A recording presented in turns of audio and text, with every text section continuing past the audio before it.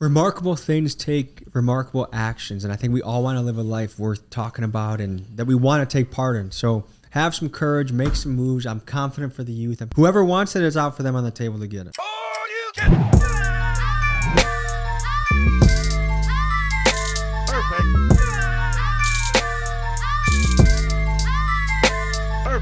What's up, everybody? Welcome back to the Dope as Usual podcast. My name is Dope as Yo. This is my co-host Marty O'Neill. What's up, guys? Guys, feels like a new chapter in life. It's the end of the year. It's been almost 2 years since we've seen this man on our channel, not in this room, Episode but on our 200 channel. going down right now. It by is, the way, it is. Hey, Let's cheers go. to that, gentlemen. Cheers Sick. to I that. have water. That's badass accomplishment. 200, Marty. I forgot. Let's go. All right, I'll drink a little bit of water. Isn't that bad luck to cheers with water? Nah. Well, no, it's fine. Guys, we are here. All right. And we have a special guest today. We have a lot to talk about. And since the last time you were here, you've done a lot. So everybody welcome Tommy G. Hello, folks. Hello. The most clean-cut man in the trenches that I've ever seen in my life. That's why you get away with a lot. It is a weird dynamic. Because you're very isn't it? polite. You speak well, you articulate, and go, you're doing illegal things. I'm okay. I'm in the right. I watched your. Can we start off real quick? Yeah. I'm still irritated about this damn video. What happened to this mayor of this city in Illinois? Is it Illinois? Yeah, Tiffany Henyard. What is going on? I watched the whole thing, and the whole time I'm just getting frustrated. They acted like a gang. Like Gilead. It was like Gilead. So for everyone that doesn't know what you're talking about, her name is what? Tiffany Henyard. And she's the mayor of what's Dalton? Dalton, Illinois, which is South Side Chicago kind of. Dude, it is so unbelievably corrupt. She was using the police force to do her dirty work. She was paying them crazy overtime. She rolled around like, dude, I've met billionaires, I've met CEOs. They have like maybe one security guard, if anything. She would travel in convoys of 4, 5, 6, Suburbans that she bought at a ridiculous price. She overpaid 45 bands on one of them. Obviously, how do she you went even do that? because she went to the car dealer like, hey, you mark it up for 145, right? I'll give you 15. Dude, all the 40. back end deals she would do with people like, hey, you have COVID aid coming to your business. I can make it happen, but I need half of it zelled to me afterwards. I actually finally got a call from her. She's not in jail? Dude, not yet. But the feds take a little bit of time to do their work. She's going to federal prison. And if anyone, listen, I'm actually cheering for the feds on this one. You know what I mean? For the first time. That's how crazy she is. I'm like, FBI agent, you get in there, dude. You go. Because usually my reaction is like, you know what? Good, you got over in the government. And this one, I'm like, you're getting over on us. Dude, her town's already doing? It's poor already and messed up. Yeah. And she had resources to help people. So anyway, she called me. Dude, she's just a textbook narcissist. She's I was just going to say that. Textbook. So she wanted to invite me to, she's like, this is going to be the biggest turkey drive ever. You should come up and pull up. I'm like, okay, I'll come to the part of the turkey drive, but we got to do other stuff too. This is after your video? Yes. Yes. Did you go with a team of security? Because she just DM'd me and I DM'd her, like kind of like pushing at her, and, like poking at her. So I'm like, hey, I just like randomly DM her, like I'd be like, hey Tiff, how you doing? She'd read it but never respond. But finally, we finally started calling, and she's like, well, I don't really let like normal people follow me around for stuff like that, like her day, like other than the turkey drive. I'm like, okay, like it's not. She acts like she The is vice president of the United States? Yes. And she has like over 200 billboards up around the town, right? Like, yo, 25 bands a month she spends on personal I watched it. Also, we talked about if you got here. You guys do such a good job on your videos. It's a full-on documentary. It's like watching the news with no commercials. We really appreciate it, and the guys you see back there are huge. Crush they're, it. dude, they're Is that the whole absolute team? animals. We have a couple guys back in Milwaukee. My wife does things too, but as far as the guys on the road when we're shooting, Crushing. Yeah. The edits are unbelievable. the drone work, the Everything about it. cinematography, especially when you're running gun, you have no time to really set up and plan. This Like, checklist it's is so big well done. of shots. Cars passing, people walking, birds. Like you guys are making it feel like I'm watching a Dateline NBC documentary, except And it's it's like YouTube. very informative and to the point, but the editing makes it feel like a music video. editing. Almost. Yes. So it like ties it in for younger people to want to watch it, but you're just sitting there just spitting facts.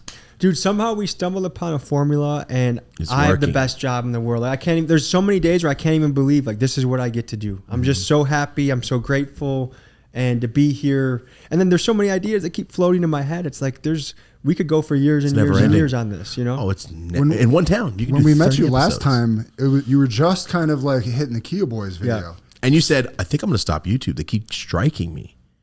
Oh, that's the day you asked me, like, what do? Oh, you tell me what you do. I don't know. I'm not even monetized. I get age restricted every video. You found the formula. You found it because it's working. It's working well.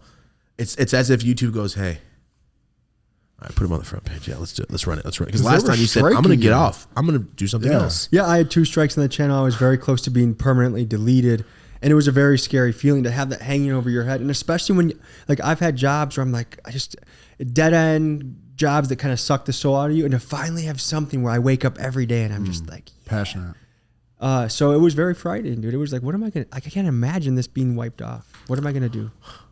So how did you pivot? Like, what did you implement? Basically, what I can really get into is I know what I can and can't put. I know what I got to blur. I know how what I got to cut out, and just, there's certain drug related things. Yes, they have a community guidelines, and you have to just know your shit. Like, for example, the Kia Boys. If I just put out a 30-second clip of them showing how to do it, they would rule it instructional theft, strike. But if I say this is a documentary, this is, I give the context. Context is so important. So you have to fill in the blanks so that it's not just a how-to. Yes, which is important. I mean, I don't want it to vlog be how-to. I don't want it to be someone can watch an episode and then all of a sudden everyone's Kia is missing. That's important. Like when you interviewed the scammer, same thing, right? Yes. Like, so you have to put it in the context of. But this is the thing: is you got to let people know that this guy really does know what he's doing. You don't want just someone that can bullshit. Like, you got to know that he actually can do it, but then you can't. You have to take a little bit off the table where you don't give all the sauce away. Yes. Before we started, 8 seconds before we started, what did he say is the first guest we ever? Oh, sorry, I have to talk to some car thieves real quick. Like, I have to go meet up some car thieves after this show. So your life is, I would say, like, without CIA, you're like the international man of mystery. It's like Austin Powers. He's just going on side missions every day. Yeah. And they're getting bigger. They're getting crazy. Let's not let her off the hook. What happened to this mayor? What's going on with her? She is like, come to the investigation is still cooking, but she just fell off the radar. Now I've sent a text like, oh, did you get cold feet? Like, I'm just kind of like, okay, if you're a textbook narcissist, you probably won't respond well if I'm kind of like pushing you and challenging you. So I'm trying to see if I can like get her to be like, yeah, just come through. But right now she's kind of chickening out of an interview. Is she still the mayor? Yeah. How many times? When did the voting happen? What's happening? I know that every town hall is like a chaotic riot where people are like, get her out. Like, but she's like, nah, the people love me. Okay, you gave away a few turkeys, bitch. Like, calm down. You know what I mean? Well, when you were going around town and people, the lady that's trying to do the non-profit grocery store can't get the permit because she won't allow it. She's literally trying to provide people free food in the community. And clothes. A dignified experience. It's not just a soup kitchen where you get this slop ladle and you get what you get, but you can go through and actually put stuff in your cart and feel like a grocery store. And the fact that she's blocking her and she's doing this to people all around the city. She's like a mob boss in control. That's how it feels because she said, "Oh, you didn't vote for me. Unless you kiss the ring and didn't give me my business permit." Cash. She's blocking business permits for people that don't do her campaign. Did you just get so many DMs about her? Is that how a video like that happens? I saw her all over TikTok. I saw TikTok after TikTok. I'm like, and this is only an hour and a half away from my house, 2 hours. So I'm like, I gotta go see what this lady's about. I didn't think about that. Yeah. That's right. Milwaukee's not far. So we have a lot of like hot spots for things that we're going to travel to regularly, but like LA, New York, Chicago, there is stories always developing, always happening. So Chicago, if we can do a mission there, it's helpful to the family to be gone only a day and then come back. Okay, she's not off the hook. I can't wait to see the rest of that and the conclusion of that. One other thing, when people ask you what you do, I do documentaries, but like where? Like YouTube. If a kid came up, I do YouTube. So a YouTube person is interviewing 48 hours with RFK at this point. My dog. I love RFK. Because I remember you posted, wouldn't it be cool to do something with him? And then like a month later, coming soon, 48 hours. I think it's very eye-opening to people because you're wrestling. Last time I talked to you on the phone, you were doing construction and having fools put up a wall mid-conversation because you're like, oh, I just closed on a house. We're redoing it. Like, you're doing things in the day as a normal person. And then you can be going, hey, I'm going to go interview possibly the future president. on a presidential campaign. That's been one of the breakthroughs of the channel this year too, is like, so we feel like, okay, we've established ourselves in the underworld. We have a great reputation. We can get into almost anything to a degree, but now we're starting to reach the other side of the table too. We just did an interview with a billionaire. We did an interview with a Navy SEAL. We did an interview with a presidential candidate. We did a ride along with the police department. So I want it to be where you can't predict the next episode, and we can get into any inner circle that you possibly can imagine. That's kind of the goal. Love that. It's limitless. Yes. It's not just hood vlogs and like criminals. What do you take away from that experience Which one? with RFK? RFK, man. It's different. It's one is how the guy had to move. One, he was paying for security out of his own pocket, because the Biden administration, one of the ways they were trying to strangle his campaign was, hey, you have to front the cost for security, because they wouldn't let Secret Service protect him, even though they blocked it. They're like, you don't really need it. And it's like, okay, my uncle got assassinated. My dad got assassinated. The only family in American history that possibly needs security, bro. What? It was fun talking to those guys too, because there's some big dudes. Are they normal humans? They're cool guys. They're cool guys. Like they go home like, yeah, I watch football. I think they're more loners. I think to be in that role, because especially you're on the road for weeks and weeks at a time. Like maybe they have family, but it's a tough job to have a family. And the other thing that you don't think about with a security job like that is how much their backs hurt. Like if you're at a rally for 4 hours straight, standing in the same spot. Oh, like their backs are killing them, dude. They have a tough job. They're always on the road. They're always moving, and they're on his schedule too. So like, hey, also, I got to take a bullet for this guy. That's a badass job, isn't it? I mean, it's a very selfless, courageous, noble job to be able to do that.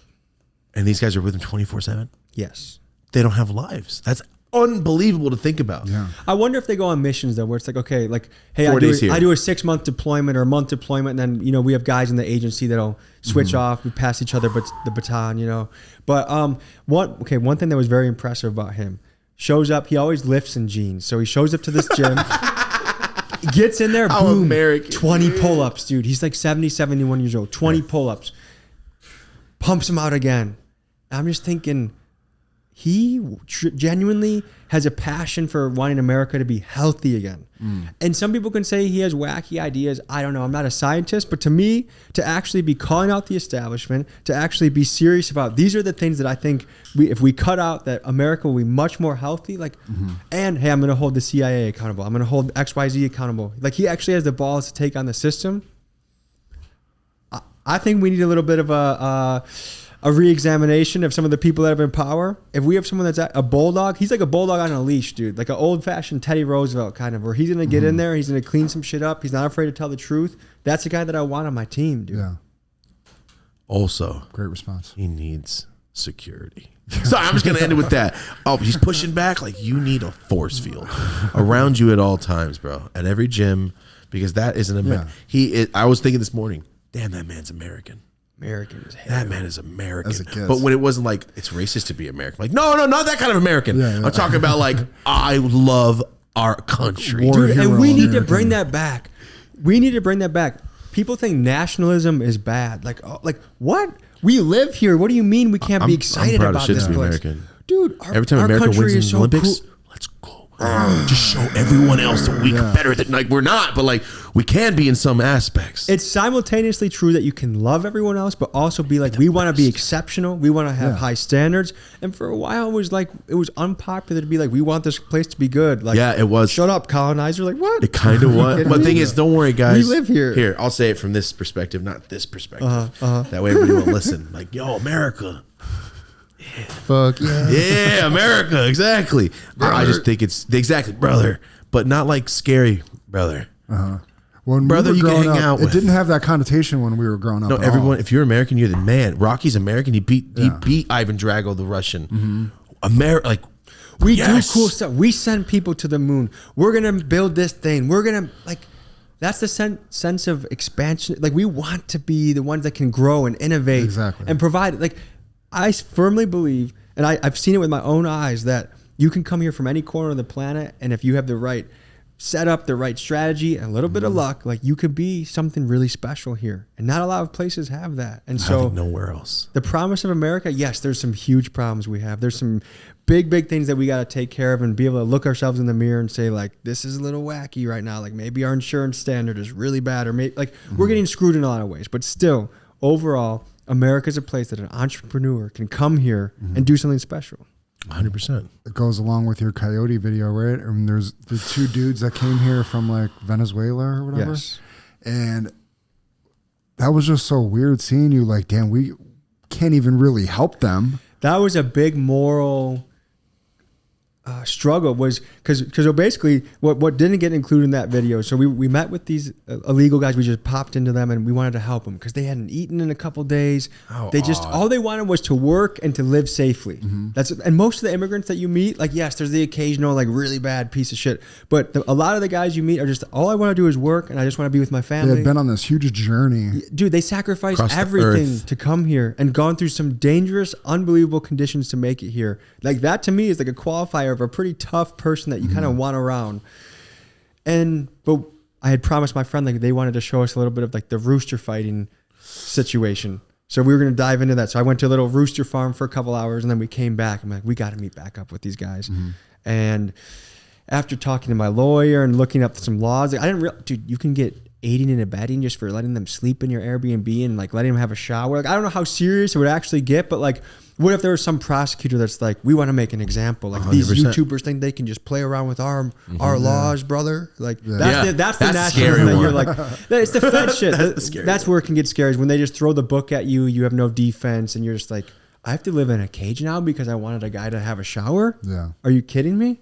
Like, that's, I get, you have to draw some line in the sand. Like, you can't just make like a, otherwise people are, oh, it's not a safe house. It's just, I was just giving him a shower for a day. I kind of get it. But as far as when you look at it from millions and millions of people, like, some of these laws make sense. But when you look at it as a one-on-one compassion, sympathy, I understand your experience. That's like, dude, can I just give this guy a burrito, dude? Yeah.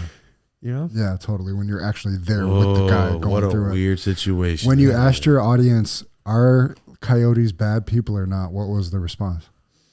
I think it was mixed, but I think it gave me a new image. So people think human trafficking, human smuggling, and they think there's really dark side. And I think there is a very dark side to that.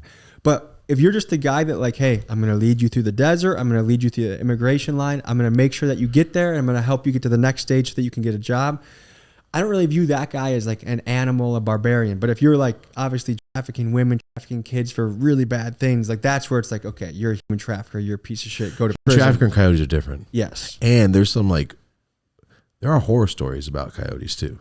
Some of Guys these that guys just are leave you, guys that leave you packed in a vehicle. Desert, bro. Yeah. Leave them in cars, they die. Yes. Shit's my grandpa used to do that in like the 50s. What was his method? He would only take family members, and it was only 1 or 2 at a time. And my grandpa's a diesel driver. So my grandpa was he led the workforce on the first Mexican citizens coming to America to work. So like in the fields in the middle of California, there's a bunch of old pictures, but like I found out during college, I had no idea. That's my grandpa. I was like, what the hell is happening? And my grandpa was all little Mexican fool around all these Mexicans and Asians. And he was like the workforce, so he speak English to the, you know what I mean? Like, he was that guy. That's a brave man. Yeah, but he was allowed to be here, allowed to be here, so he was able to lead the people. But he used to get people in his diesel truck, cut the extra diesel tank, cut it down the middle, because you know that there's that metal strap that goes around the tank. That's where the weld line would go back. So he'd cut it, the back would be slit open so they can breathe.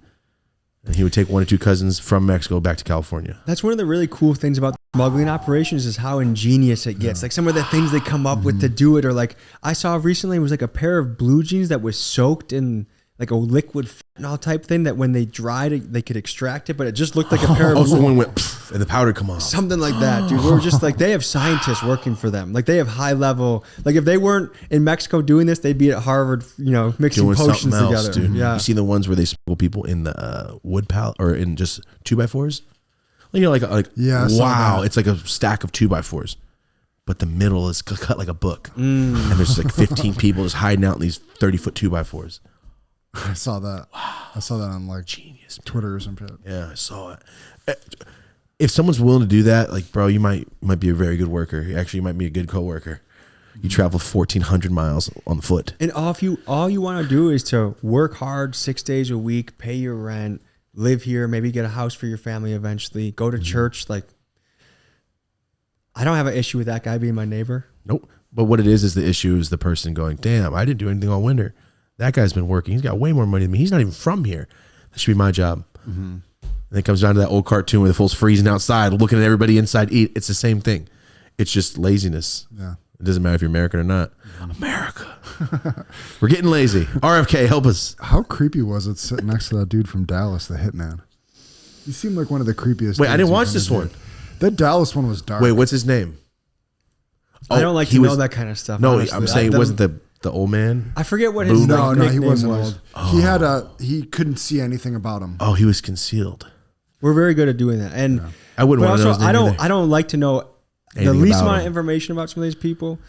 I don't know. On one end, like you wonder how much is like okay, like Real? some of the questions he answered. I'm like, you probably could have gotten a little more specific on that. Where I don't know, like you may have done hits in the hood, but are you really a hitman like the way I'm picturing it? I don't know. I feel like there's just a lot of dudes catching bodies out there, but I feel like hitman is like the next level of. It's a professional. Yeah, you're being hired for it. Yeah. Yeah, you know. I would say he was mad. in between. If my gut would tell me like he's definitely probably done a couple people away, but I don't think it was as sophisticated as I thought walking into it. Got you. When you go into situations like that, like in America, are you guys armed?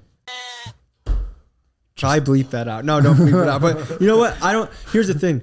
To me, Yeah, I'm bleep going it so you don't know what he said. Bleep that word so you don't know what happened. I'm going in very non-threatening, unassuming, and I'm very direct about what I'm there to do. I'm there to ask you questions about X, Y, Z. Are we going to talk about that? Okay, cool. Then I'll be there. So the biggest thing is you don't know, since I don't like to ask too many questions about, what were you doing yesterday? What are you involved in? We were setting up that shot. So they're putting all these guns on the table. They're starting to mask up. And then there's a knock at the door. And I'm like, oh no. Like it's either, if it's the police, this isn't good. If it's enemies, this isn't good. It was just one of his buddies that came by. But it was just, you get into those situations. I'm just like, dude, this is feeling a little bit uncomfortable, Would it change the whole dynamic of what you're doing if you had a security guard with you or some shit? I think so. Also, I think it's unnecessary. Like, what am I going to do? Like, if someone does do a drive-by, like, hey, snipe them. Like, Yeah. Oh, not talk. Only thing I'm thinking of is, hi, my name's Tommy G. Oh, now that you have a gun at me. No, I don't want to give you my cameras. That's scary as shit. Because that's what I'm thinking. Like, hey, man, don't worry. I have a giant man right here with 2 guns. You know what? I think what we've built that's even better is a reputation of trust and honesty. Like, we know we're gonna take care of you. No, we Not gonna paint you in a bad light. No, we're gonna be fair. Like, yes, I'm gonna ask you some tough questions, but I'm also gonna you're gonna be a human being that people can see all sides of you, and I'm gonna conceal you. The way that we do the voices, like, hey, if you have a hand tattoo, we gotta put a mask. Like, everything. We gotta put a glove on you. So I take care of people. It's very important to me. Taking care of the contact is the number one thing. That's the only reason I have a job, is because contacts are willing to invite me into their life and show me what they got. So, but what's scary is you don't know what they're involved in. Like, we were just with the Latin Kings in Chicago a couple weeks ago, and I never ask questions about beef because I don't want to stir anything up. I don't want people talking shit. I don't want to be involved in anything that involves more people. Yes, I'm hands off with that. After I left, I kind of found out like things are very, very active. Like there's you left the first one because you thought there was about to be a shooting, right? Yes. And then someone even in my YouTube comments was like, the score is 12-4 and so is losing. Oh, I'm just like, God. That's a lot. Also, why are you typing this from your YouTube channel? I think his first and last name were in it too. I'm like, this guy's not very sophisticated. These guys are crazy, bro. So wait, what do you say? It was way more active than you thought it was while you were just standing there? Yes. Well, one thing, I don't want to ask them anything hot on the phone. And then there's different ways I talk to people that I like, more encrypted lines where I know we are open to talk. But at the same time, I still am not going to ask, hey, have any bodies been caught recently? Like, sometimes I wish I knew more about the danger that we're walking into. You know what's going on. But also it's like, I trust the contact. I trust that they're going to, they don't want to die either. So they're going to be holding on the block in a way that they live as well. So, and plus I'm on their reputation. Like, if something happens while I'm there and it's on them, it's like, hey, you not run your block, dude? Like, what's going on? So I trust that their desire to have a high reputation will also keep me safe. But the biggest pet peeves I have is when people start going live. People start posting pictures. Oh, man. Geotagging, showing where you're at, what stores you're at. Yeah. Oh, and they'll do it while distant. Like, yeah, we out here with Tommy G. By the way, fuck this guy, fuck that guy. I'm like, whoa. Not, hey. Like, actually, a clip came out from that. One thing that went wrong in that documentary too is one of the shoots we had, they invited like 12 videographers that were trying to like interview me as I was interviewing the guys. And it just was way too much. And also like, they passed me a blunt and they said something, some lingo, and I just took another hit and they're like, yeah, like no, what'd you smoke? Sorry. I was smoking on dead ops, and it just like, and so I had to clarify, like I didn't even know what the lingo even meant. Obviously, I don't. Some PCP or something. That would have been better than that's just like, no, you got laced on camera. That would be insane. That's what I thought you did. I'm driving fast. Oh God, dude. But it's a respect thing because to me, I'm not even remotely in the streets. So you're in the woods. I am the woods, dude. I'm the prairie dog, dude. So I wanted to be very clear to these guys. I don't have any favorites. Like, I actually recently in Memphis, this video hasn't come out yet, but it was the most dangerous city in America. So every year we make a trip and we cover it. I inadvertently interviewed 2 ops, like one right after another. And the other thing is we knew walking into it that the day we were interviewing one of the crews, someone got shot in their crew. And I don't know, like they might have many different pockets of ops. I don't know if it was really like this guy versus this guy, but it is a little strange to be like, I want to be so neutral, but I also don't want to like make any dumb strategical moves either. But yeah, I'm gonna go meet up with so-and-so. Oh, are you? Where are you gonna meet him up at? Oh, okay. And they come in and murder the man. It's that easy. Most of our shoots go really smooth because they know we're coming. They're excited. They know who we are. But in Memphis, it was the crew that had just had a guy lost. And so it was like a really scary, grim, like there was like 40 deep in a room. No one was smiling. No one was even talking to each other. Everyone was just high and mad. They were in the kitchen filing off serial numbers. And then they start getting my guy Keegan. They're like, are you a Fed? Are you wearing a wire? And it's like, are you guys kidding me? You invited me here and I told you I had cameras. Like, also, I'm going to say, yeah. What the fuck? I'm going to deny it. What the fuck? And then it was one of those feelings too where like, like there can be a really treacherous area, but if the guy is well respected there, you're not worried at all. Cause they're not, every car that comes by, they're not jumpy about, they're not looking at. This was one where every car that would go by fast, you're just like, oh no, please mom, come pick me up. Yeah. You know? Did the Brandon Buckingham situation make you even more apprehensive about doing this kind of stuff? A little bit, just the fact that you can get a little bit too in deep. I think, but I think part of it is knowing what situations to walk in and walk out of. Like one, I'm not going to be in a studio at 2 a.m., 3 a.m. I'm not going to be there for hours. I'm not going to be there with guys that are posting the location. I don't know exactly, like, I don't want to talk too much about it. I mean, he's safe, he's sound, he's good, and he's like, there's things he's going to adjust going forward because you're with the other thing that we have to acknowledge here is you're with some people that really don't care if they live or die, and they're very quick to take someone else's life. And I don't want to be around that for too long. So you have to make sure it's nice to work with guys that have at least something happening. Yeah, because like they gangster rapper. That have something to look forward to, have something to shoot for, have something that, they have a dream to get out of the hood or do something different. Not like we really try and stay away from crash outs because just bad things happen around these guys. Like I was watching a video, like a little hood vlog in Chicago, and it looked like they were like 12 years old. They were riding in a car and they were pointing guns. They were pointing guns at the driver. Not like I want to shoot you, but just like so careless with their gun safety that, dude, someone's gonna die. Someone's going to die. Yeah. Actually, we just had this situation happen. There was a kid that we had to blur his face for the interview because of how young he was. Damn. And I got word this guy, he passed away like 3 days after the video. And I was thinking, oh my gosh, like what? And a few of the guys reached out like, hey, don't worry about it. It's not on you. These, like they had an accidental discharge with friends in an apartment. I'm thinking, are you guys kidding me? It's real, dude. My friend Joe, he got shot in the chest. You can't feel his parts of his left arm. He got shot in the, just like the commercials. Oh, my dad's blast him with a rifle. Same thing. Shot right down the middle of the chest. So quick. OT, I had OT at my house. Showing him all my cool Nerf guns. I have a Nerf gun collection. Like stupid ones, turrets and C4s. Just, I don't have kids, but it's fucking fun. OT's a great guy. He's awesome. Love that guy. We're all hanging out. We're having a pizza party, literally. Pizza party at my house in Dabin. And I stole my shotgun. It's like a crazy 3-barrel. It looks like a Halo gun. I'm like, yo, check this out. He's like, oh man, sick. He goes, like, that's real. And he's just like, oh my God. It wasn't loaded, but we were shooting Nerf. Like, look how quick. It was pointing right at Jody's feet. Would have blew Jody's leg off. Look how quick. We were all just hanging out. Could have turned into a disaster. Look. Especially like when you're jangling around in your pants, you don't have. That's scary. They don't have. Dude. None of them have holsters. That's you know. wild. If some hood business wants to take off, sell like cool holsters with like holsters. graffiti designs on them or something. I've been thinking about that. No dude in the hood has ever had a fucking holster. I only met one. Idea. I only met one. And I was like, you're more tactical and scary for some reason. I don't know about this guy. He's scary. If someone's got a holster, like, ooh. Why not? It's like a $15, $20 device. And it helps so much. Yeah. It helps so fucking. Yeah. And if you're Makes you not feel more- fat, you can put it right in the front. Yeah, the appendix. That's your best bet because it's like if you need that gun, that's really where Quick draw. That's where Marty's at. Marty's scary. Marty's like, oh, I have a camera and a gun. Shit.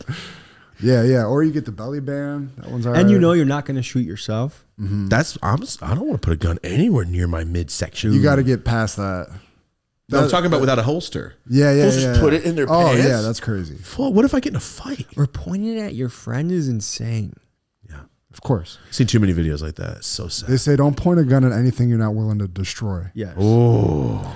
But it's a good, I mean, there's too many sad stories that are just like gun safety. If you're riding around all the time with a gun, I get it. If you're in a neighborhood where you feel like you need one, but let's do it a little bit more smart. Let's get a holster. Yeah. Let's know what we're doing. That's really what it is.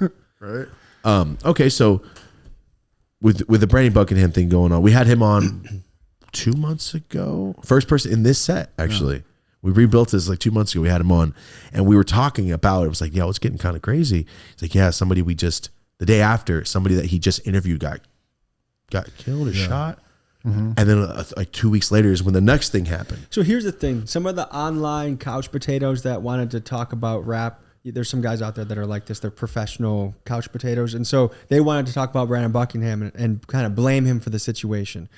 If you look at, I mean, AKADEMIKS, those type of guys. Oh, really? Yes, I don't dude. pay attention to that guy. Well, I saw what he was saying about Brandon, and it was like, first of all, if you look at Duel's track record, that was a guy that the house could be bet on him being dead or in prison in a short amount of time. By the way he was living, the way he was talking about people, the way he was disrespecting people. Yeah. It's just the truth of the matter, and it just so happened it lined up with Brandon. And so, and the other thing is, I was privy to this side of the conversation. There was a lot that Brandon was like, yeah, I don't think we should keep that part in. And he's like, let's keep that part in. And so sometimes like you're dealing with a guy that is, I mean, he was making ignorant decisions. Yeah. And he... Oh, in the video, I got you. So, crash out, basically. He was a crash out, and an open crash out. I think his strategy is not surprising what happened given his strategy. And to put any sort of blame on Brandon for that is one, crazy, and two, I think it's hilarious coming from guys that spent their entire career making it off of Chicago beef and talking about who beefed with who. Like, you're stirring up. That was how you made the lion's share of your dough. So, like, how about you calm down over there? Plus, Brandon at least has the balls to be out there. I don't think you need like 15 security guards, buddy. So calm down. Yeah. Well, also, you get mad at the reporter that when shots go off? No. Yeah. What the fuck? I've never heard anybody go, damn, the fucking reporter wasn't here. It would have been fine. Like, nah, man, make sure he's okay. Blame News 4 for the shooting. What the hell? Taking a moment from this episode to talk about one of our sponsors, and this is Raw Rolling Papers. Just want to say thank you so much for sponsoring this entire year. We are coming up on the end of 2024. That means Christmas time's here, stocking stuffers are here, and they have actual stockings. I have a Raw stocking. Raw makes something for all your homies, all your friends, and your dogs. Yes, there are stuffed toys for your dogs made by Raw. They make a lot more than just papers. These lighters do not use flint. This is sparked with electricity. It's a little electric thing in here that sparks it instead of using flint. It's supposed to be a lot healthier. It doesn't come off into your paper, into your smoke, which goes directly into your lungs. I'm not a scientist. I have no idea, but it does make a difference. You know why this does this? For wind. It's the wind protector. Also, for all the bowl people out there, go the other way. Light your bowl. Stir it up. Goddamn genius, Josh Kesselman. It truly is cool. I can't lie, man. That's badass. Check them out on Instagram, Raw Live 247. That's on Instagram. They're on Twitter. They're on YouTube. Thank you guys so much for supporting the brands to support us. Back to the episode. All right. So question. This is 2024. You've been doing this for exactly two and a half years. Yes. Because I remember you got here like, I'm doing about 9 months now, going strong, or 8 months going strong. What is the most tense moment besides having to leave? The Latin Kings. Is there any moments you're like, oh man, I really wish I just stuck to houses and selling them and flipping them? Had the Mexican police raided me since the last time I was here? No. Okay, that's the scariest moment to date. So let me give you the scenario here. So we were going to interview a guy named Hostage on the Mexican side of the border. And Yo, that sounds so scary. I was scared, yes. But also, like, are you the hostage? Confusing. Yeah, a little confusing. Depending on which role he took, yeah, you know. So, That's anyways, scary. he calls us the night before. So we're in Eagle Pass, about to cross over the next morning. He When calls you went to us. Mexico? Mm-hmm. When was this? Maybe a little more than a year ago. Oh, because you talked to me recently. Like, what about this Mexico? I'm like, I wouldn't do it. We're going there tomorrow. Oh, so But you we'll talk decided. more about Yeah, we'll talk that. about it later. Okay. Anyways, Hostage calls us and he's like, dude, I don't know if this is a good idea. I'm wanted. And I'm like, well, wanted by who? And he's like, the government, bro. And I'm The whole country. so it was a little vague, but I'm like, okay, what we're going to do, we're going to get in there. We're going to do this first thing in the morning. We're going to get in there, 45 minutes, an hour, get back, boom. So we cross over the border of Eagle Pass into Piedras Negras. And that's one of like the primary hotspots. What state do you cross? Are you Texas. in? Texas. Okay. And that's like if Elon Musk went to visit Eagle Pass, that's one of the ground zeros for crossings. Anyways, we go across the border. We stick out like sore thumbs. Yeah.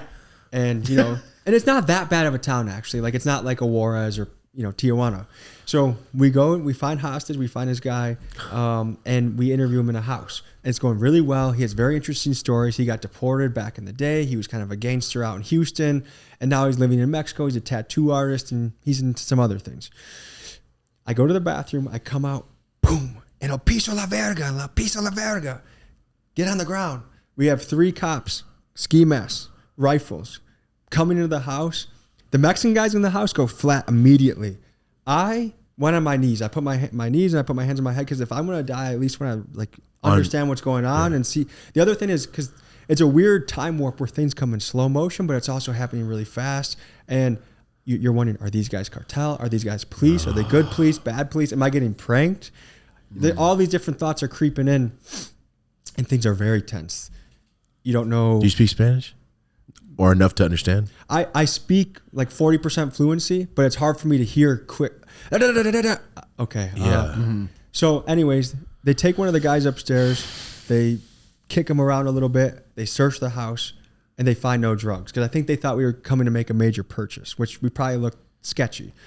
So once they find that it's clear, they bring him back downstairs. They let us up to our feet.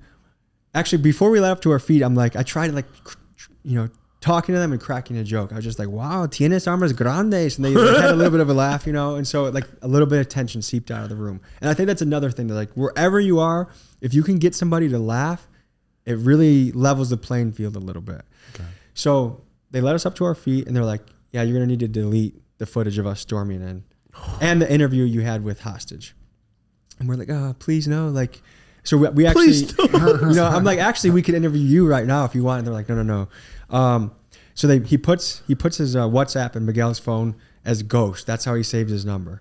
And he's like, yeah, send me the video before you post it. Which of course we don't, because it's like, fuck you. You just pointed a gun at me, dude. Like, I'm not going to send it to you. But we resumed the interview and we were like, how are we going to prove this happened? Because also, you don't have no footage to, hey guys, we just got raped.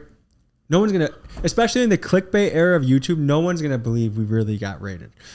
Luckily, we were able to recover one of the clips. It was like we were on the ground and the cops were walking around in the house. And then also the next door neighbor had security cameras. So we saw the truck pull up. We saw them come in. So we had verification. But that was unbelievably scary. They just left? It was like 20, 30 minutes. I'm saying they just like, hey, you guys don't got drugs and shit. Delete that. We're out. Yeah. So they were good cops. Rare in Mexico. You didn't get extorted or get no money taken from you or a camera. That It could have is gotten crazy. how bad it could have gotten is unbelievable. I mean, we could have gotten led to an ATM, take out whatever you want. Like, people talk about police brutality in America. It's nothing. Compared to Mexico, it is absolutely nothing. I'll take this every day. Like, I got shot on camera. Everybody knows he's going to jail. Maybe. Over there, I'm just missing for 45 years. And that's it. And nobody cares. I'm not even from there. Nobody gives a shit. That's frightening, bro. It gave me a little tiny perspective about PTSD. When I got home, the first time the doorbell rang when I was home alone, it was like it was just like the mailman, you know. But I had like a little bit of that sensation of like, and it is traumatizing when like violence is committed. So anyone that's been robbed, anyone that has been carjacked, like that's a lot to live with. And but I do think like when you're on the path that the universe paves a way for you. And so I do have this kind of faith, like, yes, we go into a lot of sketchy scenarios. We go into things that could go the wrong way, but I do believe like with the right intentions, I'm trying to be fair. I'm trying to just tell someone's story. Like I'm hoping that it continues to work out. Yeah. Does that deter you from wanting to go to other countries? For the most part, yes, because there is something to be said for when you're in the safety of the United States, like you call 911, like even in the worst neighborhood, like they're going to be no more than 30 minutes and they're going to be there. It's going to happen. And you can't just pay them off to like look the other, like it's amazing that you cannot, like you can bribe some cops, a very, very small percentage. Too many cameras out here and too many, just too much to lose. I would say over 99.99% of American police, you cannot bribe. And that's pretty, it's pretty good. Rare. If you look at other countries around the world, that's how the other way. Yeah. 1% you can, or you can't. And also to think that somebody is willing to come into a crazy situation to help you is remarkable. There's a little segue I want to have. There was another, I was just at an old friend of my house, and we had this, we lived in Whitewater, Wisconsin at the time, and his whole family is illegal. And so the whole family lives in this one little house, and we were hanging out and we slept on a trampoline that night. We're just going to we're going to look at the stars, just hang out and sleep on the trampoline. All of a sudden we hear this huge crash and we run to the front of the house, and his little brother had drove in this pickup truck and wrapped it around a tree. He drove him drunk. And in front of the house? Yes. And this guy, he got moved to the United States because he was getting recruited by a cartel in the area. And they're like, we got to get him to the United States so that he can just work and be safe.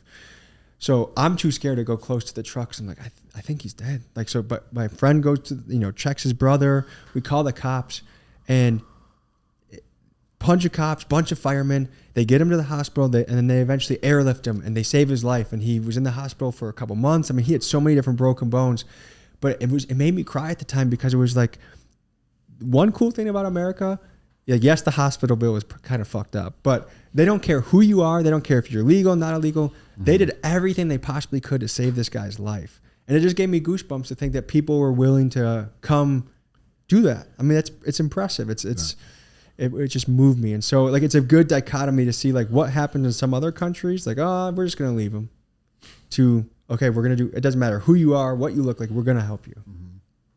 America. That's a America. Good distinguishing factor between countries. Come right back to it. Fucking America, dude. We have a lot of things to be happy about. And I hope that we have an age of transparency and things start, like pro-America people step up for the good of America, not just for the good of corporations and healthcare companies and pharmaceutical companies. That would be pretty cool. You've interviewed a lot of homeless people. Do you feel like it's only going to get bigger and worse? Or do you think there's any hope for that ever healing in America? Dude, it seems like it's getting worse. Every day. Dude, because rents are getting out of control. I mean, I know it just from the market in Milwaukee. You used to get, like in the hood of Milwaukee, you could get a 2-bedroom for $600, $650. Now that's like, there's people trying to charge $1,100, $1,150, and that's really high for that market. That's how it is in Buffalo too. And it's getting out of control. There's people that, I just saw a statistic, 22% of Americans put every single dollar of their paycheck into rent. It's supposed to be 30% of your income goes into rent. That's like the healthy standard of whether you'd rent to somebody or not. So between that, between the drug issues, between the mental health issues, I think it's only going to get worse. And I am rooting for a champion that can think of innovative ideas to tackle this, because I think the cool thing about America is it really is it can be one big experiment. Hey, what we try in San Francisco, we try in Buffalo, we try in Milwaukee, and whatever looks like the best solution, let's implement it in other spots.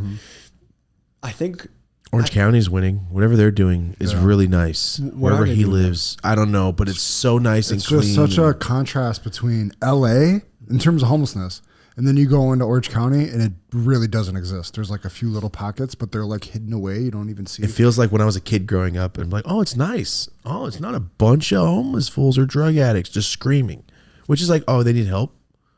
Whereas they've taken over LA. Like if you come from out of town and come through LA, you're it's like, shocking. You're like, whoa.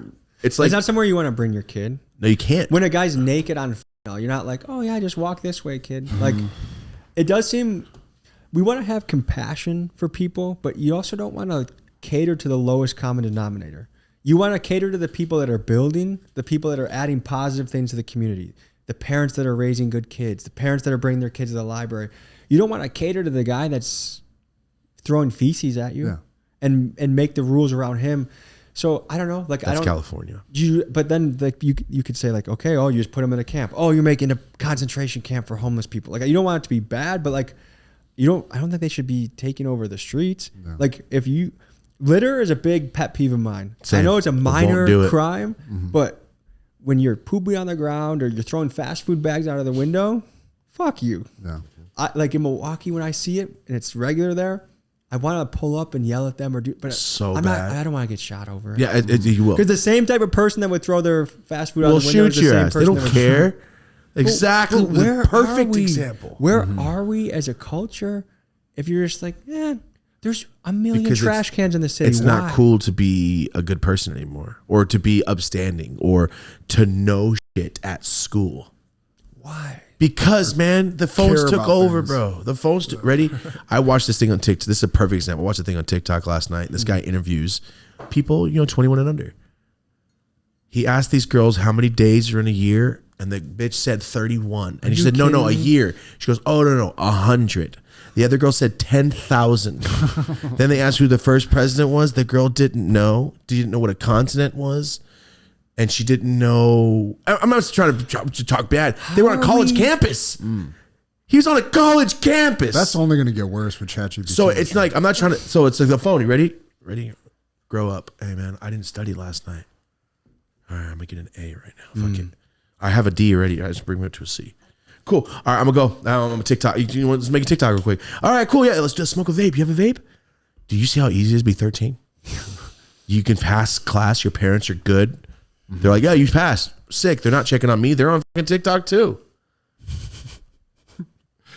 You see where the world is? It's a shitty existence though, because you don't feel good when you are doing those short dopamine hit type activities. It hurts my brain. Long-term satisfaction only comes from being in the weeds and actually striving towards something that's a struggle. And you want skill set you're proud of. No skill set is developed by doing this easy path without any work. You have to, there's no shortcut to success, but the thing is, the journey to it is what gives you all that happiness and satisfaction and aligns you properly with the path. But I think it's like the movie Click. Everybody wants that, like the fast forward, because it's like, well, I'll get a BBL. I don't want to work out for 7 years. I'll be 50. I'm like, oh, all right. It's not saying that it's a shortcut, but like, that's how fast you can do things now. Look how easy it is to not, you used to have to hunt and then like, yo, Uber Eats while I'm fucking just spacing out. Oh, it's here. Fuck yeah. Yeah, see how the world is just becoming. It's just too easy. And like, how old are you? 31. A rare 31. You like get up and do shit. I don't know anyone you want to know that what does my morning stuff. routine is right now? Besides running forever, what is it? It's beautiful, dude. When my boy wakes up, he's 11 months old. I wake up, I put the bottle on, I go upstairs, I feed him, and then I crawl around with him, and we wrestle around. I watch him explore stuff. Then we pack the family up. We go somewhere where my dog can go off leash. Me, my wife, my baby, my dog. We go for a nice walk in the woods. And then we come back. The coffee's on. Get to work. Hey, car thief, how you doing? Okay, I'm going to be in your city next week. Blah, blah, blah. Like, it's like Marty, except no woods. Having a baby, dude, it's just, everyone thinks their baby's amazing. He's just such a beautiful, pure, and he just gotten to the point where he's kind of learning how to hug. So I picked him up when he was crying the other day and he just sank into my arms. I'm just like, their little laughter, the little plop, plop, plop as they crawl around the floor. It sounds incredible, but also I love waking up going, I don't gotta do shit for no one. Let's go. The weird thing about babies, like every baby's, it connects you to every human. Every baby's always been the same if you think about it. Like babies are babies. Then they get influenced by you and everything that you put them around. So that's one thing I've been thinking an awful lot about lately is how is it that a cute little baby can one day become the kid named Homicide who has 16 bodies and blah, blah, blah, blah. Like, what happened? And it's not even all parents' fault, man. I know a lot of good kids with parents trying to get them on the path, and just some kids are pieces of shit.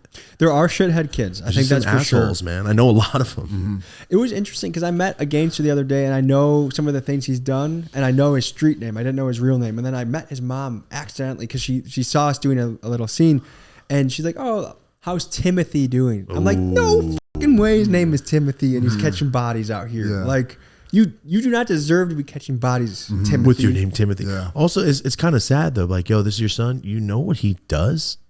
He's a monster. Yeah. And they just go like, all right, well, I have to go to the store. Like, though, you're responsible for murders. Your child is shitty.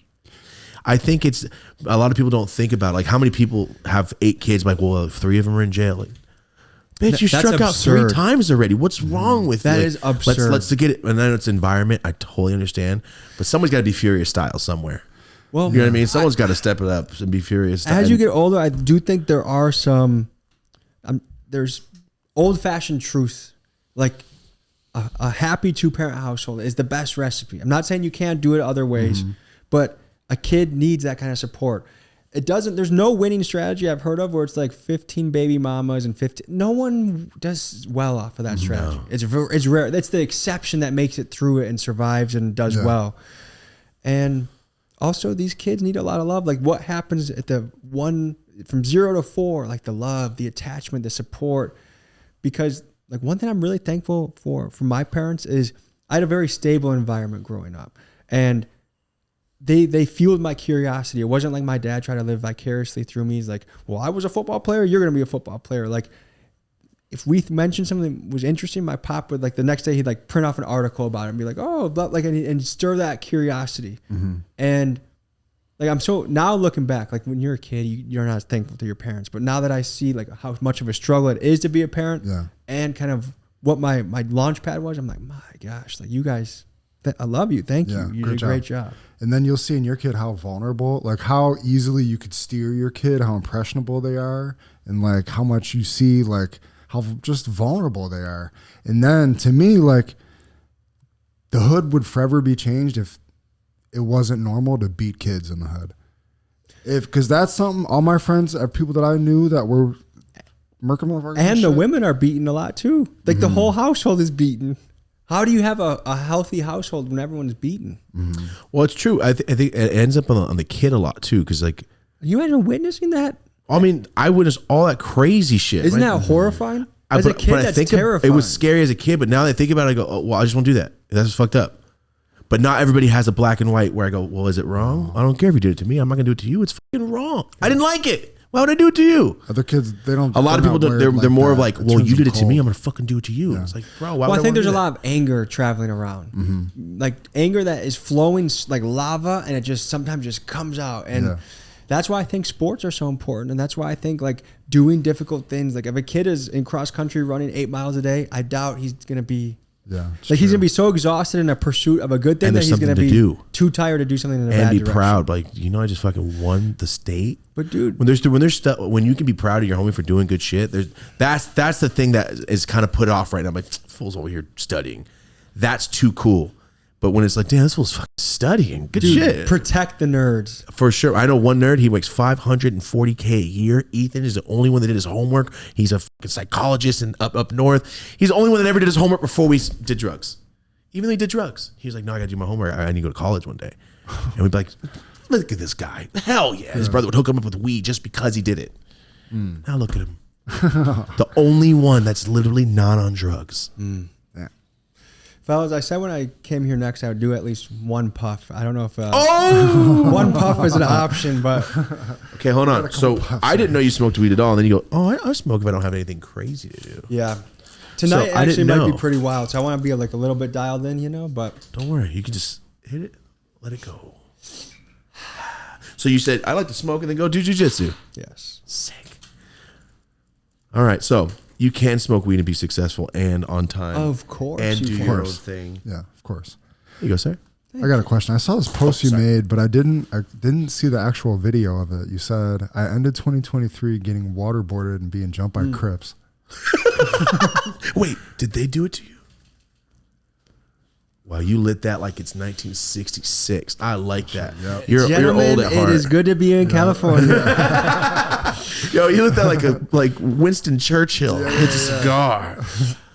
We had a Texas trip where on one day I got to hang out with some mercenaries. We went to a compound. It was actually a gun dealer's compound, but it had a lot of open land, and we did some scenarios. It was like, okay, if you get captured, first, how do you evade capture? And then if you do get captured, how do you sustain torture. How do you evade capture? Real quick. Run as fast as you can. Okay. What if dudes? My thing is like, if you can pick me up and grab my ass and like, you're I can't fight you. What? So you're gonna out-gay them so they don't want to pick you up or what? You said grab your ass. What did you say? And no, like, and pick me up and grab me as a person, not my ass. I should have said my ass. All right. No, I'm saying like, if you can do that, man, you're a scary human being. If you can hold me down, that's scary. You're a wrestler. I would wiggle my ass out of any single hold you got, unless you get my neck. I'll just die. I feel like that's a decently solid strategy until you have 5 guys with guns surrounding you. You can try wiggling, but I don't know.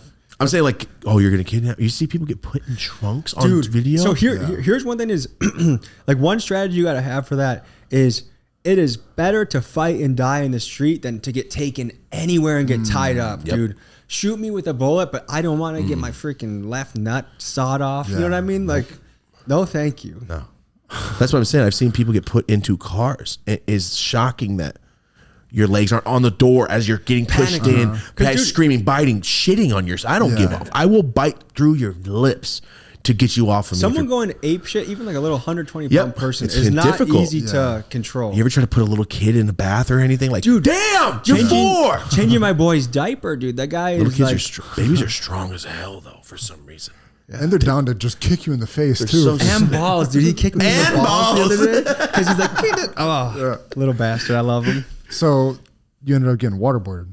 Oh, sorry. The lightest degree of waterboarding you can picture. I mean, like they were as gentle as you can be with a waterboarding. They were that way. All that means is they put a towel over your face and poured water on it, right? Yeah, but the real waterboarding is gallons and it's thick cotton. How dumb. I did that as a kid to myself. Like, is that real? Just put a shirt. You can't breathe. The thing about the human mind is it is amazing how quick it is to break somebody in the right conditions.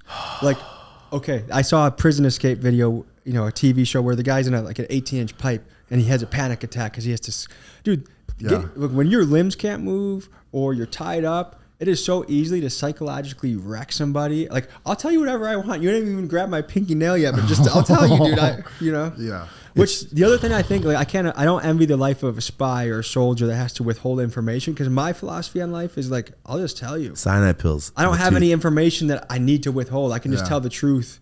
So hopefully that gets me out of this situation. Yeah. Jesus Christ. I think about things like that. So then how did you end up getting jumped by CRIPS? What do you do? MAXO KREAM, we were meeting with his squad, his neighborhood. That's our homie too. He's a really good guy too. I love that guy. He was taking forever, dude. We beat him to his spot by like 2 hours, and he has a Lamborghini Urus. So like, where's the excuse? Get over there, buddy. So I'm just like, you know what? I want to like everyone pretend to jump me. I want to send him a photo, like, help, hurry up. Didn't work. He got there in like 30 minutes afterwards. Oh, all right. I'm just gonna stop at the store. Okay, here's another thing about street dudes that I still cannot wrap my head around. Why can't you actually tell me what your GPS really says? I'm 10 minutes away. Meanwhile, 54 minutes. Like, just tell me what the real time is, because then I can adjust my own day. I'll tell you what it is. What? Just because I used to sell a lot of weed and stuff. Yeah. What the hell is it? Ready? Yeah. I'm 15 minutes away. I am 15 minutes away if I left right now. But I forgot. I got 15 other sacks to sack up. Let me get those done. Let me take this call. What did you want again? All right, cool, because I'm not leaving without doing it all. And they're not already selling weed, but they're like, all right, let me do this. Let's do this. 8 minutes on your phone?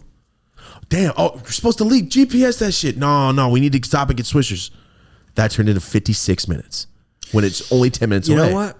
I'm not buying it. You take care of your operation, but you told me we were doing this at 5:15, motherfucker. I'm going to be there at 5:15. Yeah, but that's how it happens.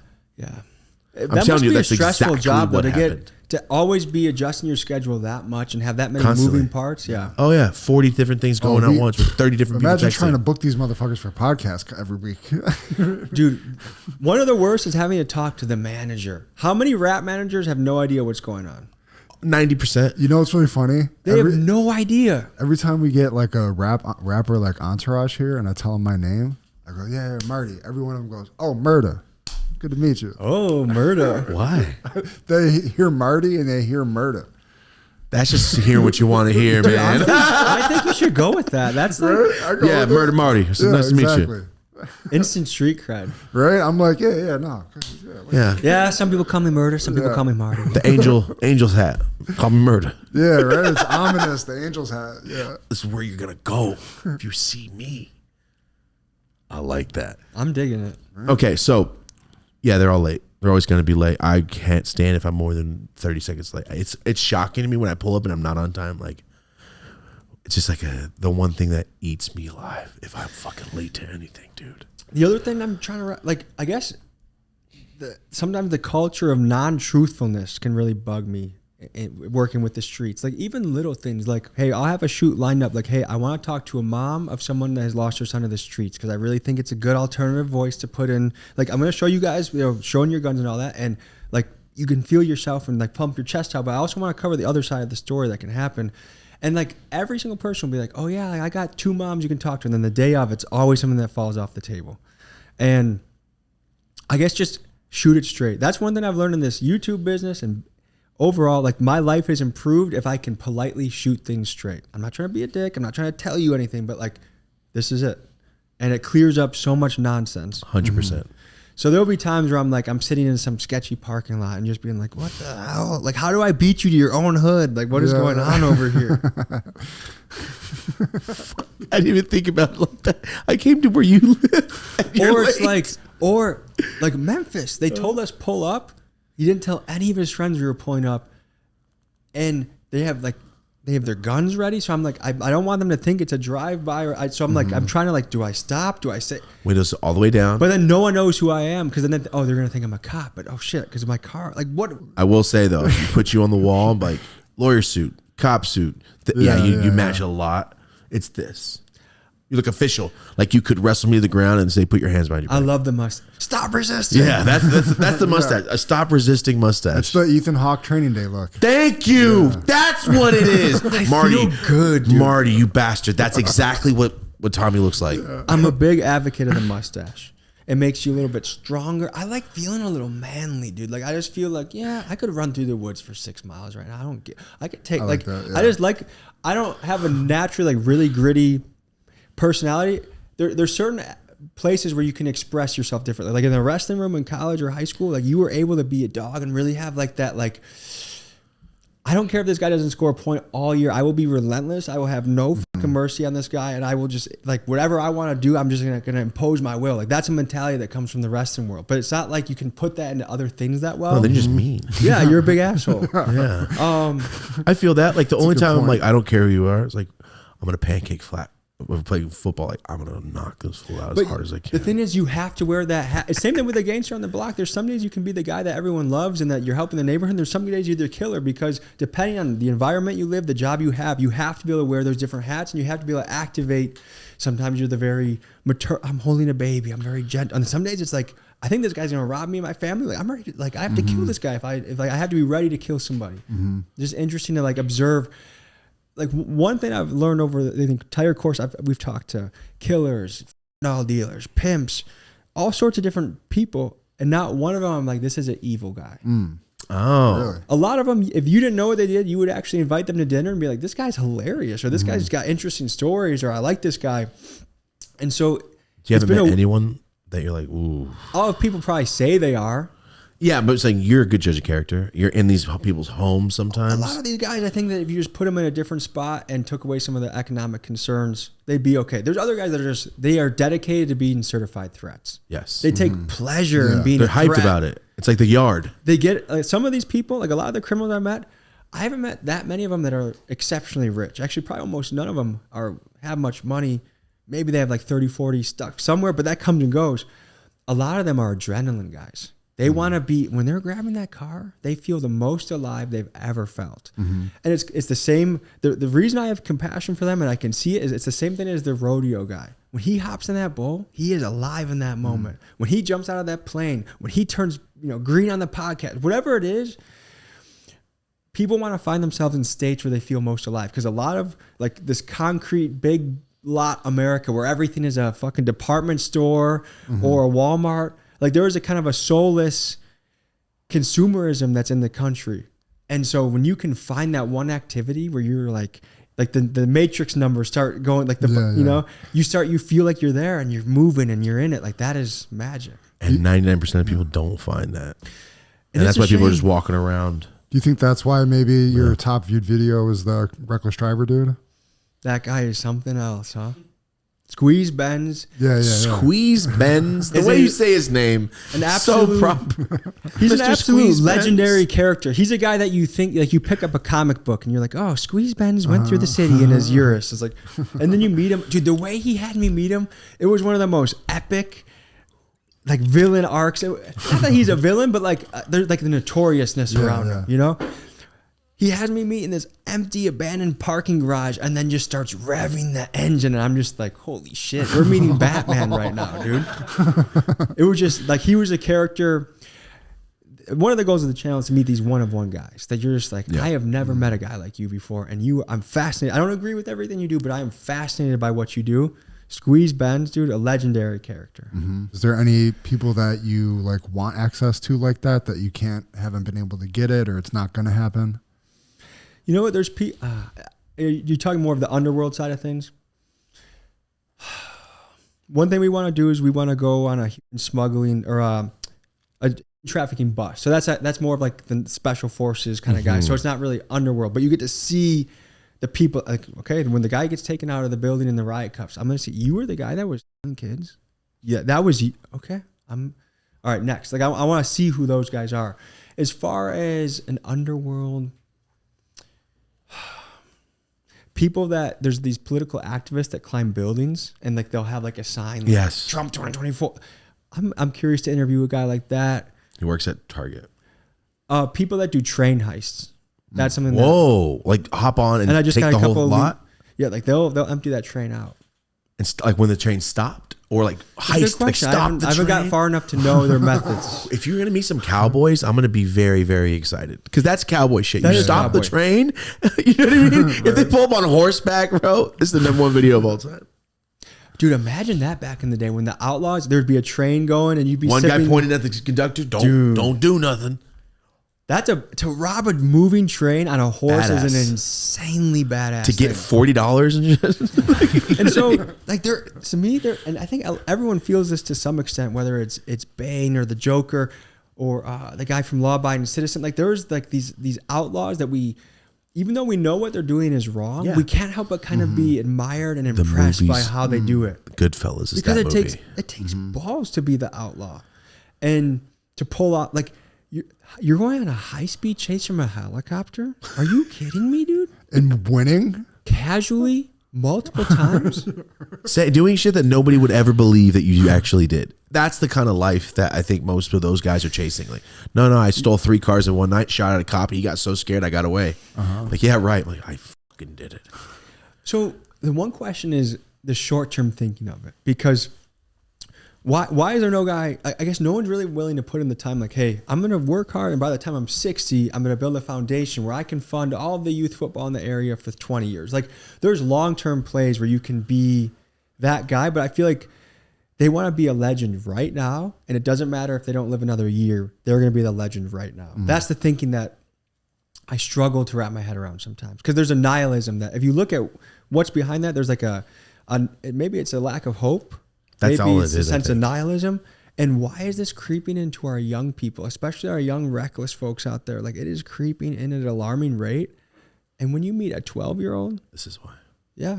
People want to get popular and like, did you see so-and-so? Yeah. He stuck his head out the window on live, running from the cops. Remember that guy that got on top of the car on his live, running from the cops? He probably did it just to get people on his shit. I'll take a year and a half. I'll be the motherfucker that was dancing on top of the car. People are so quick to like, you don't even go to jail for shit like that. How many, you see the takeovers in LA at the stores?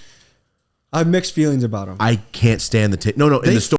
Oh, just in the stores, not the takeovers. The stores, the takeover in the store. You see it? Where they just robbed the store? They robbed the whole store, there was like one bro. lone 7-Eleven guy trying to fight, and they were like hitting the rock up, and we're gonna crack him with the rock. Okay, let me just say, I'll start shooting you motherfuckers, dude. If you want to be a real man, you get into a consensual fight with another person that wants to engage in combat. If you are a guy that fills a store with 40 people and you beat up the $12.50 an hour worker just for existing and being there, you are a pussy. And that's the other thing is like, bringing back a healthy sense of street code. Again, I'm not a street guy. I'm not like, oh, I It's know not it. there. But don't shoot someone's grandma's house. Don't have some sort of respect for your own. Like, don't jump someone with 4 people. Yeah. The takeovers. No, And here's the other thing. It's for the phone. So you can show the video. Look, this fool getting stomped out. I covered a little takeover in Milwaukee, and it's nothing compared to what you guys have in LA. And there was a business owner, a daughter of a business owner. She's like, you know what? My parents recently had to close down because the parking lot that we had to repave every single week in the summer, we just couldn't do it anymore. And like, that's the thing is like, it's easy. Like when you picture someone who's going up and stealing a car, like whether it's from a dealership, like, oh, they have insurance. It's not going to be a big deal. They don't pay out. I just talked to a guy today. He's like, yeah, I got my car stolen. I got a bunch of stuff from my house stolen, including my camper. We had this big yearly camping trip we do every year, and I take my kids out into the woods. Couldn't do it. Couldn't take my son on my Harley and go through the mountains. Like, and hey, insurance treated me like I was a thief in my own car. It took 3 or 4 months to get half the value of the car back. People always think that they get the full value. No, insurance companies got business for a reason. And they go out pocketing shit. And in California, they're not even covering people in certain areas. Or it's some people's insurance rates have doubled or tripled. I got dropped because I live in LA.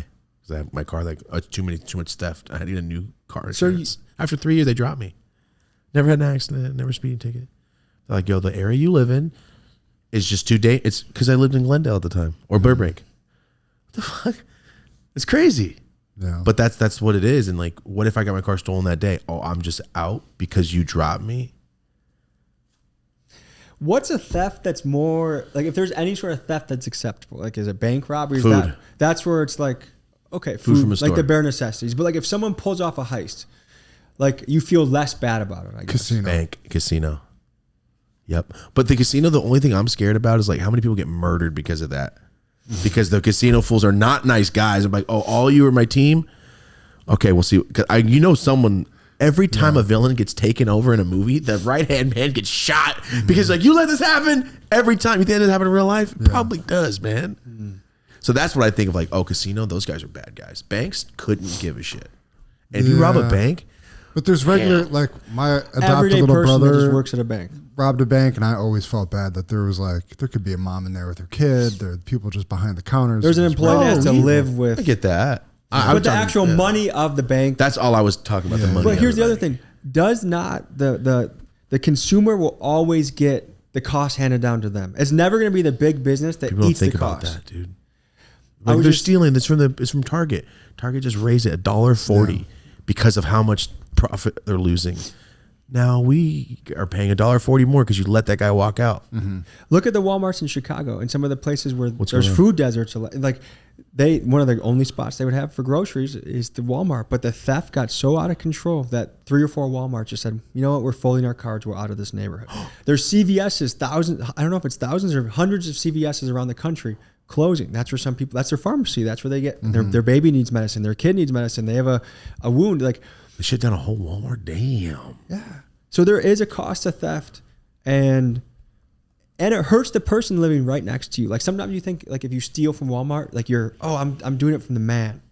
No, it's the person next door that now can't shop at Walmart. Or everything goes higher. And that's just the fact. Yeah, that's fair. I don't know. It is a wild theory or a wild thing to think about because the younger youth, they're like, why? Because what's the crash out thing so cool with the. I have an 11-year-old brother. I see what he talks about. I see his friend. I see what they talk about. It's the hopelessness of like, well, I have 15 seconds on this. I just watched this thing. I posted this thing. I don't know how to spell. Like, which is crazy. Dude, I see it all the time. Like, damn, fool. There's 3 different types of theirs. Like theirs, and there. Like, but it's like, hey, grammar's not a big deal. But when it comes to the point where like, I don't really need to give a shit about it. And it's like, dude, who's going to be our fucking doctors in 10 years? I'm scared for me as an older man. Like, what when I'm 60? Who's going to care for me? How do you build a building? There's no engineers. I don't know one dude in school for engineering. Dude, if we could make reading cool, we would be so set. Honestly, it's one of the, like, if you are a reader, you're going to be a self-learner for life. And if, I just wish like if the Migos could come out with an album about that, dude. Look at the book. Look at the book. Yeah. Like, it's like okay, like well, not even that. Like when I was a kid, it was Shaq, and then like read 5 books a day, 5 fruits and vegetables a day. I thought that shit was so cool as a kid, dude. We need to bring it back. Man, that shit was awesome as a kid. At school, it would show you. Remember the eat 5 fruits and vegetables a day. To have a kid with an apple. Like, damn, I only ate 2 today. I need to eat more fruits and vegetables. Shaq said it. I love Shaq. You know, that was cool at a time. To be a hero and go for positive things. Yeah, that's that. I don't see that. I don't even see who's like an athlete that does stuff besides Sprite commercials. I think Shaq is a really cool guy. I think he's the only one. He does a lot of philanthropy. He's a really, I mean, the amount of things he owns as an entrepreneur, and he's a DJ. He's a guy that I want to do a day in the life with. Shaq, if you watch this show. Yeah, he's a DJ, dude. He like goes on sold out tours as a DJ. I didn't know that. Yeah, he's a Could cop, you imagine seeing Shaq? Like, he's big with like, yeah, he invests into the fire department and police department. He does a lot of cool shit for 2 different generations, mine and the one before. He was the coolest man when I was a kid. Making affordable shoes at Walmart. Oh yeah, the kids Shaqs across America could own them. But then again, you got to school and everybody made fun of you. Why? Because you're like, we're all poor.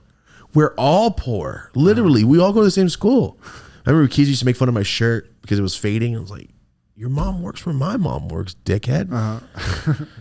You're poor too. It's okay. Like, but even when I was a kid, it was a big thing. It's just annoying, and nobody wants to go, "Oh, I'm wearing Shaqs," and everyone's making fun of me, even though it's like, bro, it's a fucking shoe. What if we got to a point where if you overbuy on the expensive thing you can't afford, like you're actually more clown than the kid that saves his money properly and buys the right thing? It could be there. Like what, dude? Your net worth is $1,000 and you spend $500 on a pair of shoes to show how rich you are. Like why? Yeah. For what? Yeah. Or like we said when I said the season 1, like we got to make it cool to make fun of your friends for littering again. Remember we said that? Yes. There was episode like season 1. I'm like, just talk shit to every one of your friends because I don't throw away roaches. I don't throw none of that shit because, bro, who am I just to throw trash there? It stays forever until some guy nicer than me goes, I'll pick it up. What is that? It's weird to lack me. of respect you have if you're just like, Well, then it just shows you what kind. I don't fuck with people that litter. Remember, I told you my it's business a mark partner, of a shitty person. John stopped littering. It took 3 years for my homie to stop littering. He stopped littering. I saw him pick up trash that he dropped constantly. Thank you for harassing. Oh, I shit talk him in public, in front of his kid. Like, oh, look, your dad threw in trash. It's great, dude. I love that shit. Just be better. It's easy. It's free. I don't even smoke a joint. Oh my god. Speaking of shitty people, you just did you and Chris Hansen just went out and did the missions together. I've heard things about him. Since I filmed with him, I heard some different rumors flying around. I got a lot of DMs. He didn't mean that. I wasn't going there with. I was talking about the people that you're catching. I've heard rumors too, but I've heard some rumors too about Chris Hansen. I want to get your He's thoughts a very on interesting guy. Dads Against Predators. I think they're the ones that slap people. Yeah. How do you feel? I have mixed reactions to it. On one end, it's like if that's what it takes for the guy to never go back into a Walmart and try that again, okay, that was worth it. But you almost like some of those guys, I don't know if it's exactly them, but you can feel they get like a pleasure out of being the bully. It's like an excuse for them to be a bully. Oh yeah. And I don't really. Oh yeah. Okay, if you don't, I feel bad when it's like, oh man, that's someone's kid. That sucks. And then they're like, well, that you know, he's gonna do to someone else's kid. And I go. One thing I told him was like, you probably save people's lives by deterring them because if they go to prison, they're getting stabbed up. They're never getting out. And they're going to ruin a kid's life. Well, if you that too. And the cycle's never going to stop after that. But I see what you're saying is a lot of people like, you had Dads Against Predators on. All they do is fight people. And then when I really broke it down, it's like, well, they were going to go do it anyway. And the cops in my town don't do anything. So can I get my smacks in on these fools? Extremely authentic and yeah. And you know what? It's cool. They've turned into a career, a way to clean up the streets. How can you be really mad? He literally about said, that? you can't do this in our town. Everyone knows we're there. And you cannot talk to kids in our town. It's like, they go city to city. They get like 6 to 10 creeps every night. Basically. Every night, bro. Every single night. So in this operation, there's the person that has to text them. It's them. There is someone. It's them too. He's like, you know how dark this shit is? He's like, sometimes I don't want to look at it because I'll wake up to horrible shit from guys knowing I'm 12. Like the way they do it and the why they do it, I was like, I like these guys so much. And I subscribe to their Patreon. Like, and a lot of people talk shit to me about it for having them on because like, they just smack people. Like, yeah, I get it. Okay. But they didn't get smacked without them and they're going to do it anyway. So why don't you pop these fools and humiliate them right now? Okay. Maybe this is the way to, if you treat the rest of the world like other kids are your kids, like this, I want to protect them. I want to love them. Even if I don't know them, I want to protect them and love them. Kind of normal. If someone was about to molest your kid in Walmart, dude, they'd be lucky if all they got was one slap. So if this guy, if you pretend the kid that, if you imagine the kid, he was good. Okay, yeah, you know what? You get to walk away alive from this experience. That's what I'm saying. You get to walk away alive. Because I asked him, like, so what do you, he's like, do you feel bad? He goes, I feel bad if I feel like they're not all the way there and I won't hit them. Okay. Because you know what? Like one of the first guys in the Chris Hansen episode we did, I felt like he may have been on the spectrum. I felt bad for that guy. I watched it too. I don't know if he, like, he the guy seemed that like, shook the hand at the end? he just seemed like nervous to be there. He was like, oh, I have the 150 for sex. Like That guy, yeah. Yeah, I was like, I don't know. Like, I don't think so. One of the we had a detective in there. He was an ex Chicago detective that spent 15 years of his career finding these guys and putting them away. Ooh. And he said these guys are preferential preds, and which means that the opportunity was there. They took it. He's more interested in taking down the guys that create the situation. They're doing like he's like, I busted guys that hundreds of kids got them. These guys, I think, are more that some of the people on these shows, I think, are guys that are more really lonely. They're out of touch with reality. They're miserable at home. They're depressed. They finally get the attention from a woman. And a lot of times they start the conversation with, hey, I'm 19. Because that's what you see next to their name. Every time. So they're like, oh, I'm in. Like, oh, some girl actually thinks that. Like, I haven't talked to a woman in years and gotten affection. I just want to be close to a woman. And then I think like some of them like last minute, it's like, by the way, I'm 13. And it's like, wait, I thought you were 19. I'm already too horny. Like I made a bad decision. And they've committed. And I'm not excusing them. No, not excusing. They still but it's are. But there's like a lot of these guys are the dudes that you're like, yo, that fool needs a friend, dude. That's when I feel bad. I'm like, oh, dude, that guy's just sad. Yes, he could have been 50. He didn't care. I was just a kid. It's just a person that talked, and it is sad. That's when I feel bad. Like, damn, this fool. That first guy. If that was on Dads Against Predators, they would have smacked it. I would have felt terrible. Yeah. But this guy's so sad. You could see it on his fucking face. I guess you could still argue, even a guy that you feel sorry for, still one piece of smack is like, oh, you still kind of got off easy. Like it's almost like, you know, if you smack your kid on the hand when they're about to put it into a fire, like, okay, yeah, you got your hand smacked, but you would have jumped into the fire. So like, take the hand calm smack. the fuck down. Yeah. So like, because just a backstory, the Josh, he somebody did something sexually to somebody in his family, and the cops didn't do anything about it, and he followed the guy to job to job to job with a sign saying this guy's a rapist, and that's how he started doing this till the guy moved, because the cops wouldn't do anything. So it's like, oh, he's like, well, they didn't do anything. What do you want me to do? And then him and his friend decided one day, like, you know, we can go catch guys, and that's how they started. Like, let's just do it right now. So they caught 2 guys within 30 minutes of starting in their hometown, like within blocks. That's scary, dude. And he kind of highlights how little effort really goes into this. Scary, from man. Police departments. Like he'll call like the local I don't know police why it's not like a department, huge thing. Like I could sell packs and go to jail longer than it is like you were trying to talk to kids. Yeah, that is a crazy thing, isn't it? Dude, they're still putting people in a cage for weed. So we haven't released this episode. It's coming out next week. But I actually went on a raid with Drug Task Force in West Tennessee. Basically how it all got connected is I was going to go out there and work on a story with a nonprofit about human trafficking. He's like, oh, if you're going to be in Tennessee, you got to talk to my friend Johnny Carter. He goes on raids for undercover. I'm like, okay. So we show up, and I get cleaning up the streets for fentanyl. But their argument about weed is they said weed, if you have tons of weed, and especially in really dangerous areas, that leads to robberies, which leads to shootouts, which leads to other things. So that's why, yeah, like maybe a guy puffing a joint, they're not a threat. But a guy selling pounds, that's why they viewed him as a threat. And I'm like, I still don't agree with going to a cage for weed, but I guess there is danger. Like that might be one of the most profitable drugs to still sell in the black market. Easiest. But if we legalized it, it wouldn't have to be like just. And I think that the same thing with sex work. I think brothels should be legal. This could be a slippery slope where we have too many men just going there and taking the easy way out, and we're not having long-term relationships formed because, hey, it's like going to McDonald's. I can just go to, you know. But should some guy that just wants the warmth of a woman and has $150 in his pocket, like that guy in the Chris Hansen, should he go to, obviously not with a minor, 18-year-old and older, should that guy be in trouble for wanting to have sex with a woman who also wants the money and wants to have sex too? Mm-hmm. What country was I saw that there's an allotment every year for every citizen for sex work, because they said human intimacy is a human right. It was like an old man going to a brothel, like an old man with a cane going to a brothel, and I just watched a little like 2 minutes on it. I'll find which country it was, but I was like, wow, what if this old man's wife died 40 years ago and he's just sitting here for 40 years sad? He's like, I don't know how to talk to girls. I'm just going to sit here sad. Lonely men. That's sad, dude. I feel like men that don't have sex are probably more dangerous statistically than men that do. And not even just banging girls. It's like, yo, I don't talk to women. Like, I just get a check and sit here all day. Yeah, because I think sad, you'll man. talk to some prostitutes and they'll be like, some guys we just have a conversation, or some guys just want a hug, which sounds pathetic, but at the same time, it's like, give that guy a hug. Mm-hmm. And if someone gets $200 for a hug, I'm not okay. And it goes more than a hug usually, but you feel bad for that guy, and you feel like that guy probably should have an avenue where he's not lonely for the next 20 years of his life. Or gets on the newspaper for getting busted because the girl was a cop, because he just like, yo, I work every day and now everybody thinks I'm a creep. Mm-hmm. It's like, you bang your wife all the time. I banged this girl once.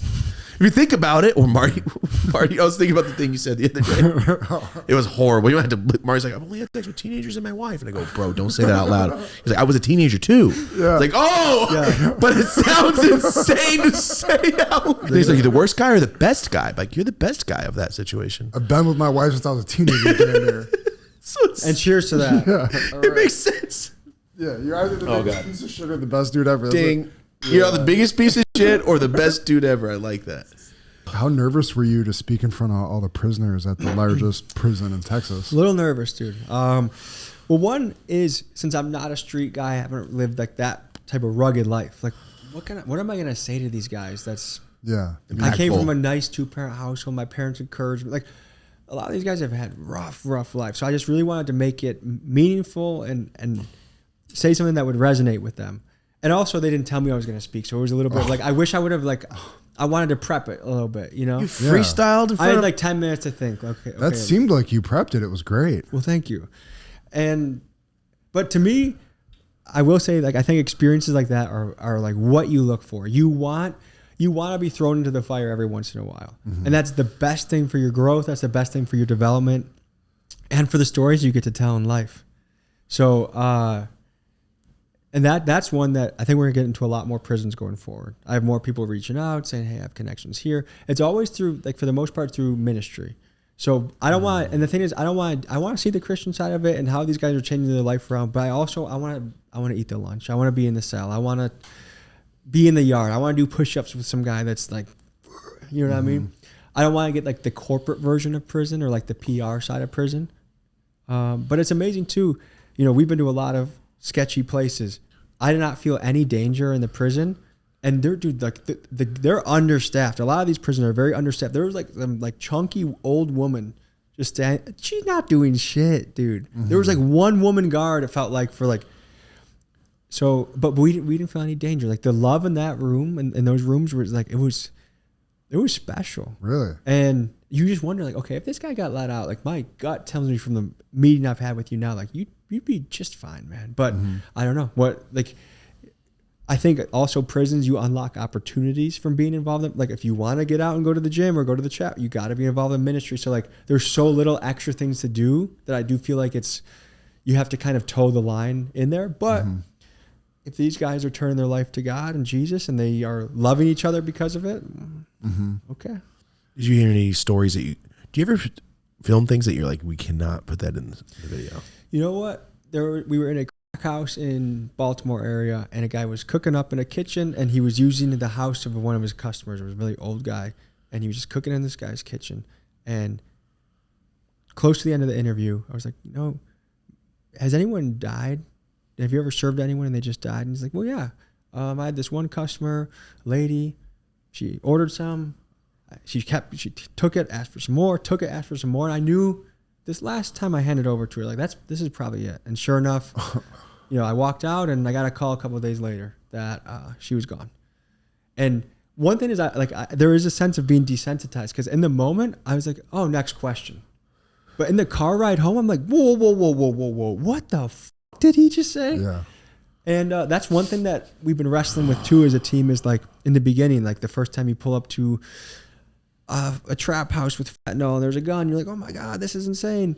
And then like, it's just like, okay, you got the gun? No, okay, like, and bro, like, and I don't want to get desensitized to this, but the way that I put it in my head, you have to almost have a guard up to be like, this is okay, it's passing through. But the same way I look at it too is, okay, a doctor in the ER room, when me or you sees a gunshot victim on the ground, we're like, oh my gosh, the guy just got shot. And he's like, past the sutures, past the gauze. And so I don't want to get too clinical about anything. And I think there's probably like, when you hear things enough though, it's like, okay, your name's Murder? Like, okay, like what's, but I part of me wish more I could have had the wherewithal to stop in that moment and be like, hold on a second. Explain this more. That Where's was your empathy? Yeah. Ooh, I can see how you can coast right over that. Yeah, I know you don't want to also like, yo, tell me about your feelings, murderer. Because that's the other big thing is I'm not there to judge anybody. Yeah. I'm there to figure out like a little bit inside your head. I want to just know about you. I want to know how you got to this point, but I'm not telling you right or wrong. Mm-hmm. But also, are there any times where you're sitting there like this? I can't handle this. Yeah, there's been a couple pimps, especially the last one I interviewed in Los Angeles, where he was like, "Yeah, I be bossing these bitches up." I'm like, hold on a second, buddy. You take 100% of the money. They're out working their ass off right now, and you're chilling with the boys doing nothing. How are you saying that you're bossing them up? Like, come on. And yeah, so that guy got me kind of pissed off. So there has to be a moment where you're like, I'm gonna wrestle you to the ground. You know what I mean? I'm gonna fucking beat the shit out of you. There has to be. The dude that was hitting the dog, right? Ooh, yeah, that was another one where. See what I'm saying? Yeah, we were in Ohio, and it was a really fun environment. Like there's dirt bikes coming by, and it was a really good feeling in the air. And a guy was just beating the hell out of his dog, and punching it, kicking it, hitting it with like a flip flop, and it was like yelping. It was like it wasn't just like one. It was like, and so I got fired up. Like that's where it was like, hey, like. And you don't want to fight him in his hood, but at the same time, it's like, I guess you can see the dude, like the way he was reacting to you. It's like, damn, there really is just pieces of shit out there. You know what I mean? He's like, the way he was justifying hitting his dog and like arguing with you. Like I was the bad guy for calling it out. Did he just walk away, or how did that, like, that's what it seemed yeah, like. Man, what you talking about? Yeah, okay. Just, I'm going to kidnap your dog, you motherfucker. You better not do that again, you know? Ooh, yeah, you got to be like almost like a war journalist. Like that guy's dying out over there. We're just documenting it. Yeah. Oh, you have to desensitize yourself a little just to get through the video sometimes. And you see it. I mean, we go on a mission about once a month, and we're seeing 3-4 different stories. You go on all these missions, and like every week is like, well, like literally last night. I was out in the foothills, some undisclosed location, and we're going to where this car thief stocks. Like, and he breaks everything down. He takes the guts out. And at first, like we were wandering through this area. Like one, if the car goes out, or like we're stuck here, and two, like I don't know this guy's. I just met this. His name is Loco, and I met him 2 minutes ago. Yeah. And I said, okay, we'll meet in that area, and we just follow him. So we just go deeper and deeper into the kind of mountain area, and then we pull up to the skeleton of a car, and it's like, holy shit. And like these are the raw moments that you live for as this type of journalist. And so there's a thrill to that, but also like, okay, then today maybe I see a Ferrari get stolen, and tomorrow I'm gonna talk to these deported rappers, and they're gonna have, when you get like dose after dose after dose, it almost becomes kind of a blur. Yeah. Okay, so real quick, I don't know where you were last night because it's bleeped. But you were in a certain part of California. Maybe the shittiest town I've ever been to in my life. Yeah, it's funny that you say that because it probably is close to it. It is. That's bad. It's desolate. I was thinking of making a video called "This Place Sucks" and then just having an arrow on the map to it. You talk to the locals, they're like, "Yeah, this place does kind of suck." You know what's crazy? How content people are like, "Yeah, I hate where I live. I'll see you in 15 years." Yeah, that's the Central California. It's crazy that you're talking about where I'm talking because I know it so well. I know we haven't talked about it much. It's so shocking that you're in California, a place overrun by Mexican people, and there are active white supremacists running around doing whatever the fuck they want, having rallies in the street. I heard some of the craziest white shit I've ever heard this morning in that town. And they were like, "Oh, look at him. He's gonna like this." He's like, they're like, I'm like, how hard would it be to find a swastika? They're like, oh, right, pretty easy. And I'm like, pretty easy. I've never seen one in the wild before. Oh, really? I've never seen a flag. I've never seen a tattoo. Oh, I see them everywhere. It's really. Well, I have a whole backstory. This is different. My mom married somebody very wild. Whole different story. Very wild. It sounds like. Okay. Wow. Well, and then they're like, some of the stories, and he also, like, this white guy was like, yeah, I saw this Mexican guy and this colored guy, and I was, colored? What the fuck? Are we in 1850, buddy? Like, was he younger? He's like 40 at tops, huh? Yeah. That's the mentality of that. Yeah. Or you go to places like their dog's name is like, you just, a racial slur is your dog's name? Hold up real quick. Kind of tight though. Like you had a dog and you're like, what am I going to call him? What do I like to say? The one word that can guarantee get you killed if you yell in public, that's what you shout out into the yard for your dog? That is comfortable. Don't you love your dog and you hate those people? Can you imagine? Don't you want to separate? When guests come over to your house and like, oh yeah, you can pet N-word. He's nice. Hard R?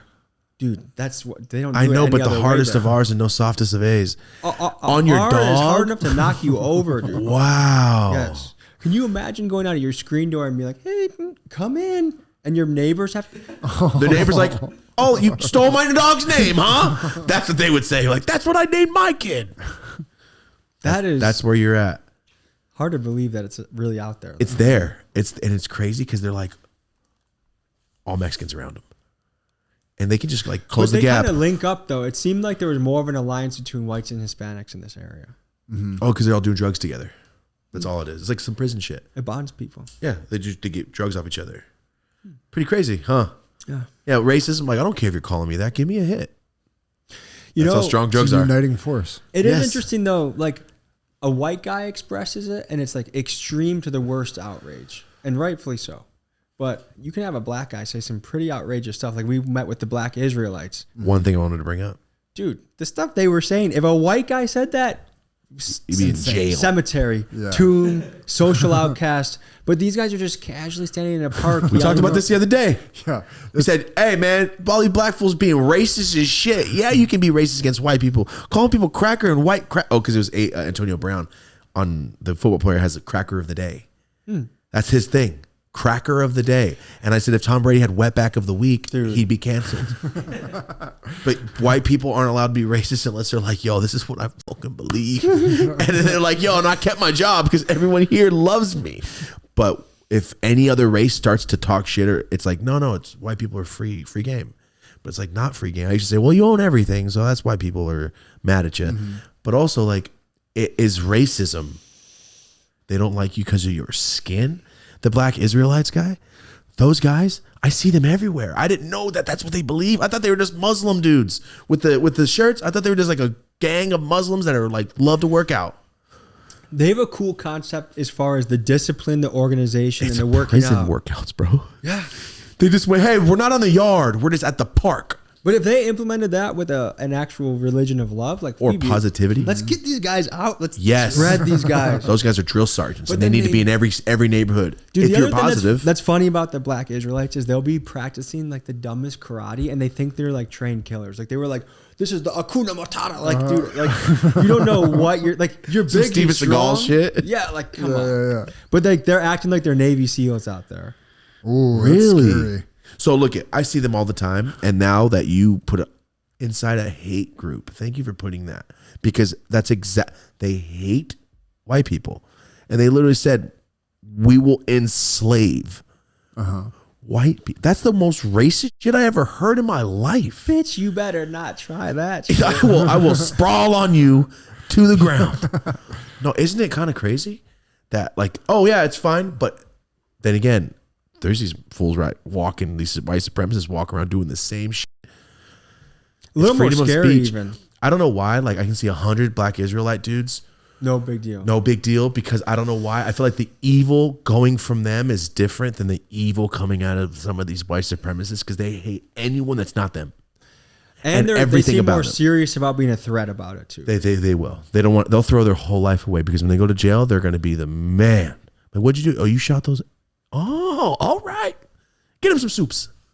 Get him some soup. For real, dude. Like, we'll go over it later, but I grew up and going to prisons every weekend, and just seeing all this crazy shit is just like, I was 11 going, you guys are fucking losers, bro. You like that shit. You love this shit. Like some of my stepdad's friends, like, you guys love, I knocked out. I hear how many knockout stories I've heard from prisons. Like, bro, you don't have a job. You're at my house. My mom, this is my mom's house. Like, you're a fucking loser. But like, no. And on the yard, I'm the big, like, it's the same crash out mentality of his kids, except they just never grew out of it and became men. You know how we were saying earlier, like there's something you admire about like the car thief or the bank robber just because of like what they're pulling off. I mean, to be the guy in a crazy maximum security prison where there's other savages walking around, like there is a sense of like, okay, like you are a tough son of a like, dude, you are tough. You're not in jail right now, man. But if you could dedicate that towards a positive path, man, you'd be unstoppable. Yes. I guess seeing people committed to the path of destruction is tough to see. Yeah. That's a way to put it. Not caring. No matter what skin color or environment, they're everywhere. They're taking the ride, and there is no detour. And it's like, dude, I don't know. Like you have a lot of potential. Like one of the guys, the car thief video. I love that guy. Talk to him regularly, and he is fascinating to me. But it's also like, dude, if you use you are incredibly smart. If you use that in the positive direction even a little bit, you'd be a very happy, wealthy man. Eventually, it might take some time to get off the ground. But why are you committed to a path where I don't want to? Like, it's weird to know some of these circles that this guy, that the chance of him being dead or in prison within a year or 2 years is like, wow, like it's sad. It's like knowing that chapter of a book's over. Like, well, I met this guy and he didn't live past 22. I'm 50. He's been gone for 26 years and nobody remembers him. That's a lot of things people don't understand. Like, nobody's gonna remember you, dude, because you knock fools out. Do you have one more of these? Oh, you keep. Oh, right. I'm chugging. Go for it. Thank you. Jeez. No worries. So yeah, now you get to see all aspects of this, and I feel like I keep going back to the RFK thing because it's major. That felt like a real breakthrough moment for the channel, because when I saw a lot of people on the other side of the table would take one look at what we do and be like, I don't see how I fit into this. Like I see this video with all these guns and these gangsters. Like how does the day in the life of a billionaire factor into that? Yeah. That guy, by the way, is a really cool guy too. We're going to his Christmas party in Miami, and he has a little book launch. It's just so wild. Like, yo, yeah, you have $1 billion. Like, yes, I have no concerns. That's cool. Somewhat. Some of these guys, financial concerns. Yes. Like, yo, I don't ever have to worry. I can just swipe my card. That's such a relief. Like, I asked him how much he had, like how much you keep in a bank account, like percentage wise. However you want to answer that question that you feel comfortable. I don't even know. Why would he? That's nuts though. Like to not even. Oh, forgot about that account. It's got 40 million. Let's go. That's cool. But I do think a lot of these guys have undertaken some pretty big risks to get where they are. Like okay, the 2008 crash. If I would have not played my cards right, I would have been entirely wiped out. So like I survived a few storms, and to hear like a billionaire, one of his big storyline is he wanted to not be on Earth anymore. He went through a period of his life where he had everything, but he had nothing inside. And so he had to I thought you meant go to space. I was like, wow, he's that rich. Sorry, I missed that whole thing, dude. And like to think you can have $1 billion and that's an alternative for you, I think is grounding, because I don't think there's one person that walks this planet that doesn't have some sort of hardship. Even Jeff Bezos is going through hardship. He's got divorced. Did he? I took half of it. I thought they were like, no. Oh, his first wife. Because he's with that. He got married again?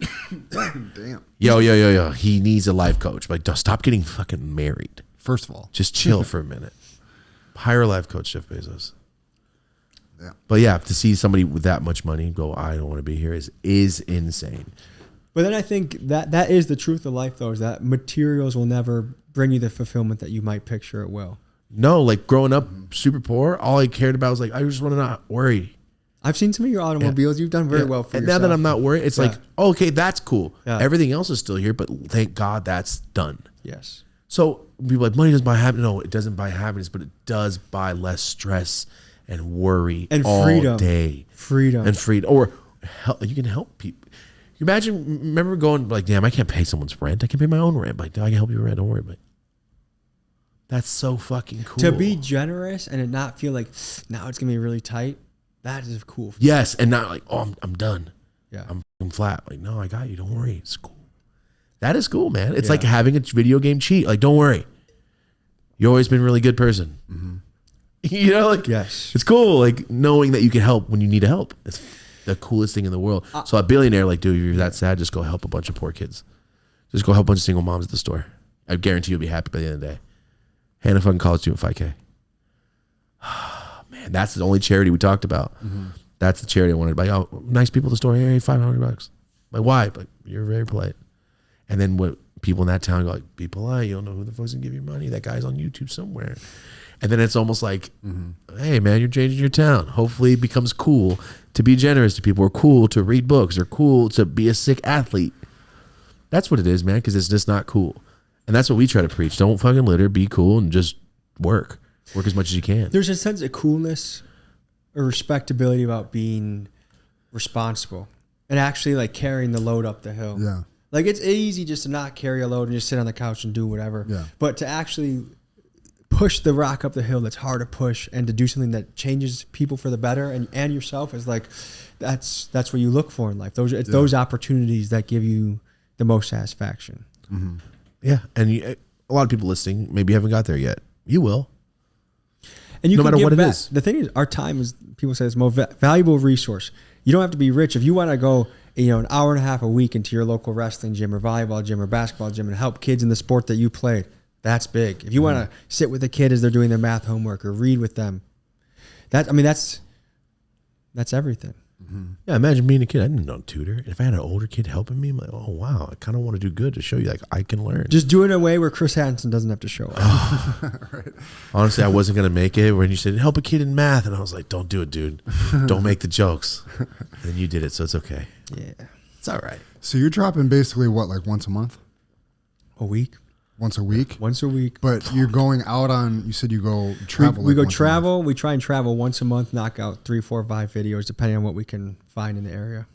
You're doing this all completely independently. You're like traveling away from your family all the time. Heavy duty editing, I would imagine. Tons of footage, because it's not like you can really script all this stuff. Yeah, we have like we have 3 editors on board, and so these guys they work their absolute ass off. So we have a really like a top notch team. One of those videos is 60-hour edit, 70 at least. Yes, Just the intro of the mayor one was a 25-hour edit. You can see it. Yeah, for sure.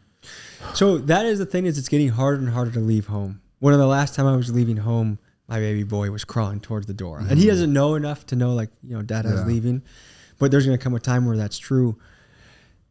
So I'm trying to figure that out in my head, because you know what? Hey, the alternative, okay, I'll go back. I'll get a 9 to 5. I'll get an office job. You're still going to not see me for a certain amount of time every day. So one thing that I'm going to bring this full circle, but we went to go party with a bunch of Jewish folks in New York. It was a holiday called PEEVE. They get really drunk, really wasted, and they share a lot of food. And what I learned from them is that 2 weeks out of the month, women are spiritually unclean. They don't hug, they don't touch, they don't have sex, they don't do anything, but they constantly are wanting their wives and missing them. And it was almost like, okay, now that you're spiritually clean and we can do whatever, like there was so much like desire for them when you miss somebody. So it is like it recharges my batteries constantly. Like I'm always excited to come home. I'm always happy to be home, because it's like I have 3 weeks home and then boom, I have to go again. So it's like, make the time at home really, really count. Is thinking of ideas and concepts for videos that are going to work, does that stress you out, putting out a video every week, or do you feel like you got it down? You know what? It is a really fast treadmill to be on, and I wish that it would be nice to have funding work in a way that I could only put out 2 a month and still make the same level of money. Because there's a lot of overhead right now with it. Yeah. 5 employees. All the business, the travel, there's a lot. And, but it is possible. The biggest thing is the contacts. The right contact can bring you into any door. And so it's finding that person. I know I'm going to head here. I have these 2 stories already. Who do I know that's in the train heist business that's willing to show me, and I might not, and then you stumble upon it. So that's what I spend a lot of time doing, is I'm on the phone with contacts constantly, figuring out what we're going to do, figuring out a game plan, figuring out who they know, and really kind of buttoning it up so that, hey, this is the day we're dedicating to this topic. Okay, boom. We have a rough, obviously nothing's like, 6:30 a.m. You walk through the door and you say hello. It's not a play, but it's, okay, I know I want to hit these 4 or 5 things. Okay, we've been here for 45 minutes. I think we got this. Do you have this lined up? Boom, let's go. Production. So, yeah. Being very efficient, because the less I can be away from home, the better. I have a question. Do you see yourself, like, say a network came at you tomorrow, but you have 95% say? You're going to be like, well, we have to tweak this, and you have to break for this sponsor, and we can't have that guy with. I have 95% say. of everything that goes on. But like, oh, that gun has to be blurred. He can't say that word right here. You see what I'm saying? We don't need an HR department. There will not be an HR department. So at this company. no. But like if they came at you there's with companies your that'll show, reach out and be like, hey, for this much, we'll give you this much money up front for this much equity. But I don't think equity is ever worth trading away. No. There's times where it's like, it'd be nice to have, like, do some sort of okay, I want $5 million in the bank right now so that I can work at a pace where I'm not like every week. Because it'd be nice to, like, sometimes you just want to spend more time with people to really get a deep dive of their life. Yeah. Like, you'd be like, hey, this guy sells coke in Tijuana. Can you live with him for a month? Then we make like, instead of, we have one day, pretty much, 8 hours, 10 hours of footage. And you get the summary of a person. Yeah. Instead of like all those steps, you got those steps. You're a journalist. That's really what it is. That's all this is an unorthodox, a personable journalist. Mm-hmm. Yes. It's funny. This is a world where you don't need credentials anymore. I don't have a degree. I don't have any connections. I don't have a grandpa that runs Fox News. But anybody can be a journalist if they are on a quest for the truth and they are really good at getting the story and getting the right contacts. And I think media has gone so far off the reservation. Every story is like either a hit piece or some preconceived. Like, there's no quest for discovery. Like, you already had your story written. You just needed to film the footage to back it up. Mm-hmm. You are on a quest for the truth. That should be a journey to get there. And you are bringing people on the discovery of what you find out. That's pure journalism. And I would say, like, there are ethical dilemmas that come up. Like, for example, just did a piece on a Texas prison. And to be invited, I always want to do things in a way that I'm invited back, but I'm also going to tell the truth. So do I talk about how there's no air conditioning in this place and it gets to 120 degrees? But like, you have to do it where it's not a hit piece, but it's honestly just saying, this happened. No one gets paid for work here. Mm-hmm. I'm not going to give a judgment on it, but I'm allowed to bring it up. But it is, you want to be invited back. That's the other thing. It's not like you're saying, yo, did you know that everyone's sweating their ass off that works here and nobody gets paid? What kind of place is this? You said the same exact message, except you worded it right. Yeah. Yeah, like a place where they're up to 110 degrees. Employees. If you would have left that out, it would have really changed it. For sure. Just knowing that, now you're like, wow, these guys are in here all day just sweating in the Texas sun. It's different. Just that little ad, just the little bits that you, like you say, I want to be invited back, but also I'm not going to leave shit out because I want to come back. Tell the whole story. So there's another one. So the drug task force guys were really, like, they were professionals and they did a great job. There's a police department we worked with that they did some very questionable things. Like, they would be running stop signs the entire shift and then pull someone over for running a stop sign and then bring the K9. Like, they would go 4 deep on traffic stops. Broken taillights, they would have 3 or 4 squad cars. And then at one point, he's like, did you hear that? Like, so it was a tow truck guy, him, and me and Miguel. He's like, did you hear those gunshots? And me and Miguel like, didn't hear the gunshots. And the tow truck driver's like, maybe. And so we drive, we find the car. He's like, it's probably either this car or this car. So he picks the car and he gets they pull him out at gunpoint, dude. Get out of your car, back up towards me. And the guy was just driving his wife home from work. They check his car, no gun. Oh, it wasn't him. You're free to go, sir. And I'm like, Jesus Christ. And part of me is like, dude, I don't want anyone to get shit on when I put something out. But some people need to get shit on. Let the audience decide what was right and wrong. If you put something out and the public says what's wrong with these people, it's not exposing. You're showing. Mm-hmm. You're leaving the door open. You're not going, hey, everybody look. But when they do look, they're going, what the fuck's in that door? And that's all you're doing. You're not, it's not exposing. It's not hit pieces. It's just letting it be known. You just open the door to what's going on. Like the mayor thing. That was a little different. I feel like that was investigative. Was investigative because and when they're trying to punk you in the parking lot, it makes everybody more infuriated. Okay. Just seeing it happen. I have to go to the bathroom, but when I get back, I want you to ask me about Kenneth Copeland. Are you familiar with Kenneth Copeland? Kenneth Copeland, no idea. He's a mega church pastor out in Texas. He's absolutely balling, dude. He has a 19,000 square foot mansion. He has multiple jets. You may have seen the TikTok clip. There's a lady reporter confronting him, and he looks like a demon. And he's like, God gave me that. That guy's a demon. Okay, we went into this demon's private property. So basically, you invited in? No. So we did an undercover job in the church. That's a demon, dude. Something's up with his eyes. He looks like Hey. Hank Hill's dad. I'm gonna spin his block. We got some shit on him. So dude, we go to the service and it's so strange in there, dude. There's guys with earpieces and suits. It's like, is this the FBI in here? So they're like walking around.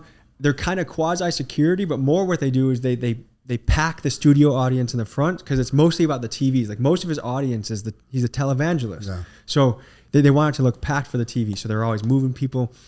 But it's a very strange cult. Like you talk to some of these guys and they have a very like intense eye contact and like, welcome, brother. Like, and just, it's just like, there's something. And plus I knew I was about to fuck some shit up on that church. Or maybe I just felt a little bit like they knew what I was up to. We go into the parking lot and we go on a mission. We start driving through his private property area, but technically it all belongs to the church. And that's where his church is. And we donated to the church. So technically we were members. I donated $69 to his church. And I still haven't I've probably gotten like 15 emails from him about continue to plant the seed and believe in God and I'll 10x your money. So anyways, we go into this private airfield. He has a tarmac for his jets. We're raiding it. We're getting footage. While everybody's at the service? Dude, we're on You're also sneaky. Oh, I love this. I'm a dog, baby. So we like that's the type of shit like that's fun. This is a guy that like I want to do more of these where we're cowboys out here. So anyways, we go to his private hunting grounds and then we get a drone and we fly to the front door of his fucking house. Boy, we're watching. Oh shit. And then security gets called. We make it back to the tarmac and we have a standoff. And they have like 3 or 4.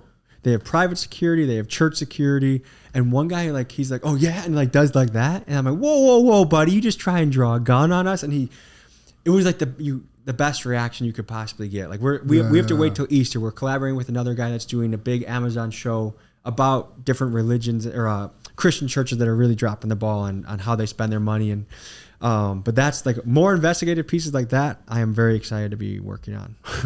That sounded so fun. So everything you just said sounded like an actual mission, dude. Ooh, and you know that guy's not a good guy. There's something about him that's gonna come out like, oh, you've been embezzling and selling children. Something's up with him, man. Look at his fucking face. No, that's not positivity. Give me in God. a break, dude. That's not God. I will say one positive thing about them. Their church choir was on point, dude. I was feeling the Lord. I was like, it was good. Oh, it kind of scares me to go into a televangelist church. Yeah, for damn I sure. feel like it's just the Evil. devil. Yeah. I don't know why. It feels like the opposite, dude. Who is donating to him though? Who is doing that? Gullible people. Some people got their hands on the books, and I believe, I'll say allegedly because I think they're too happy, but I think they got like $800 million in the last 20 years. And they're supposed to be building stuff. Like, I'm going to build a retirement home so you can retire here in this community. I'm going to build this. Nothing for other people did he build, but everything for himself he built.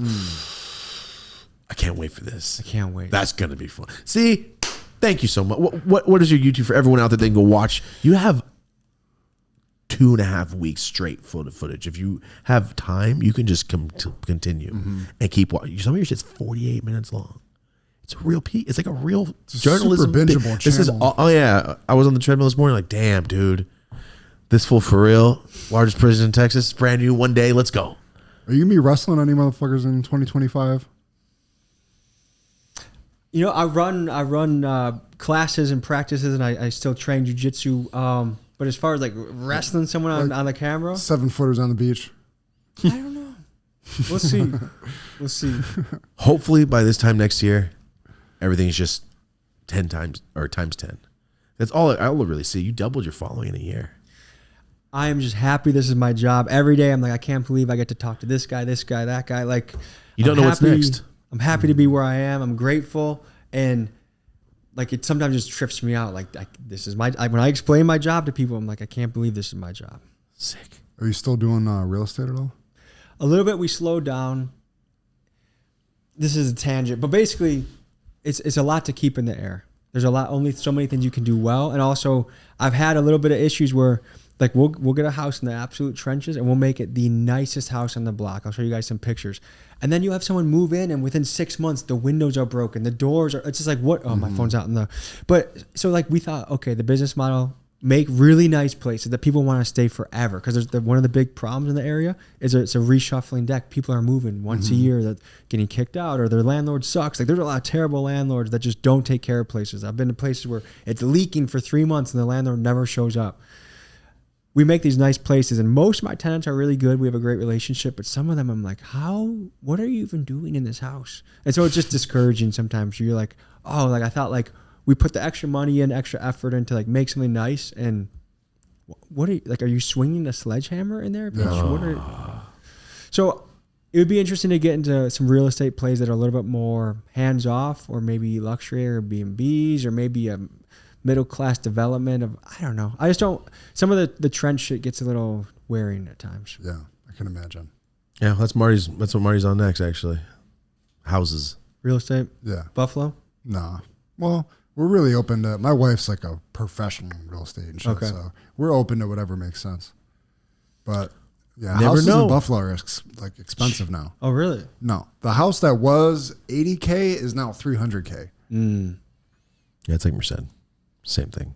So it's But got to make sense. The theme and the moral of this episode: discipline, do good things, don't litter, don't be a bastard, and Take you risks. can do take risks. And what'd you say?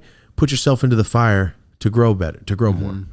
Yeah. I could fully agree with you, Yes. because if you're doing things every day that you're like, I'll crush it, I'm gonna do it, it's fine, it's nothing. Every day's the same.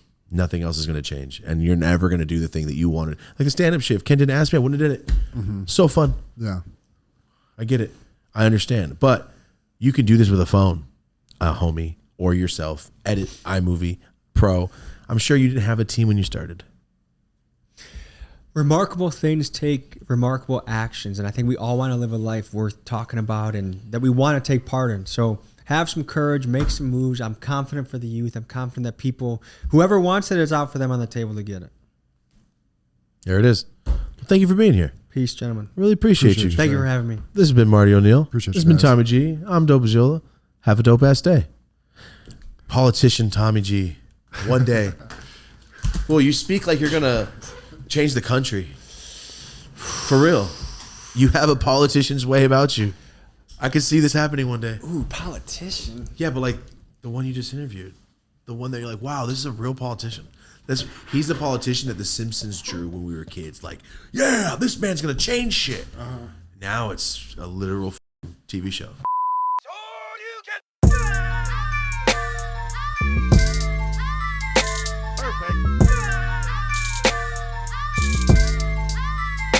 Perfect.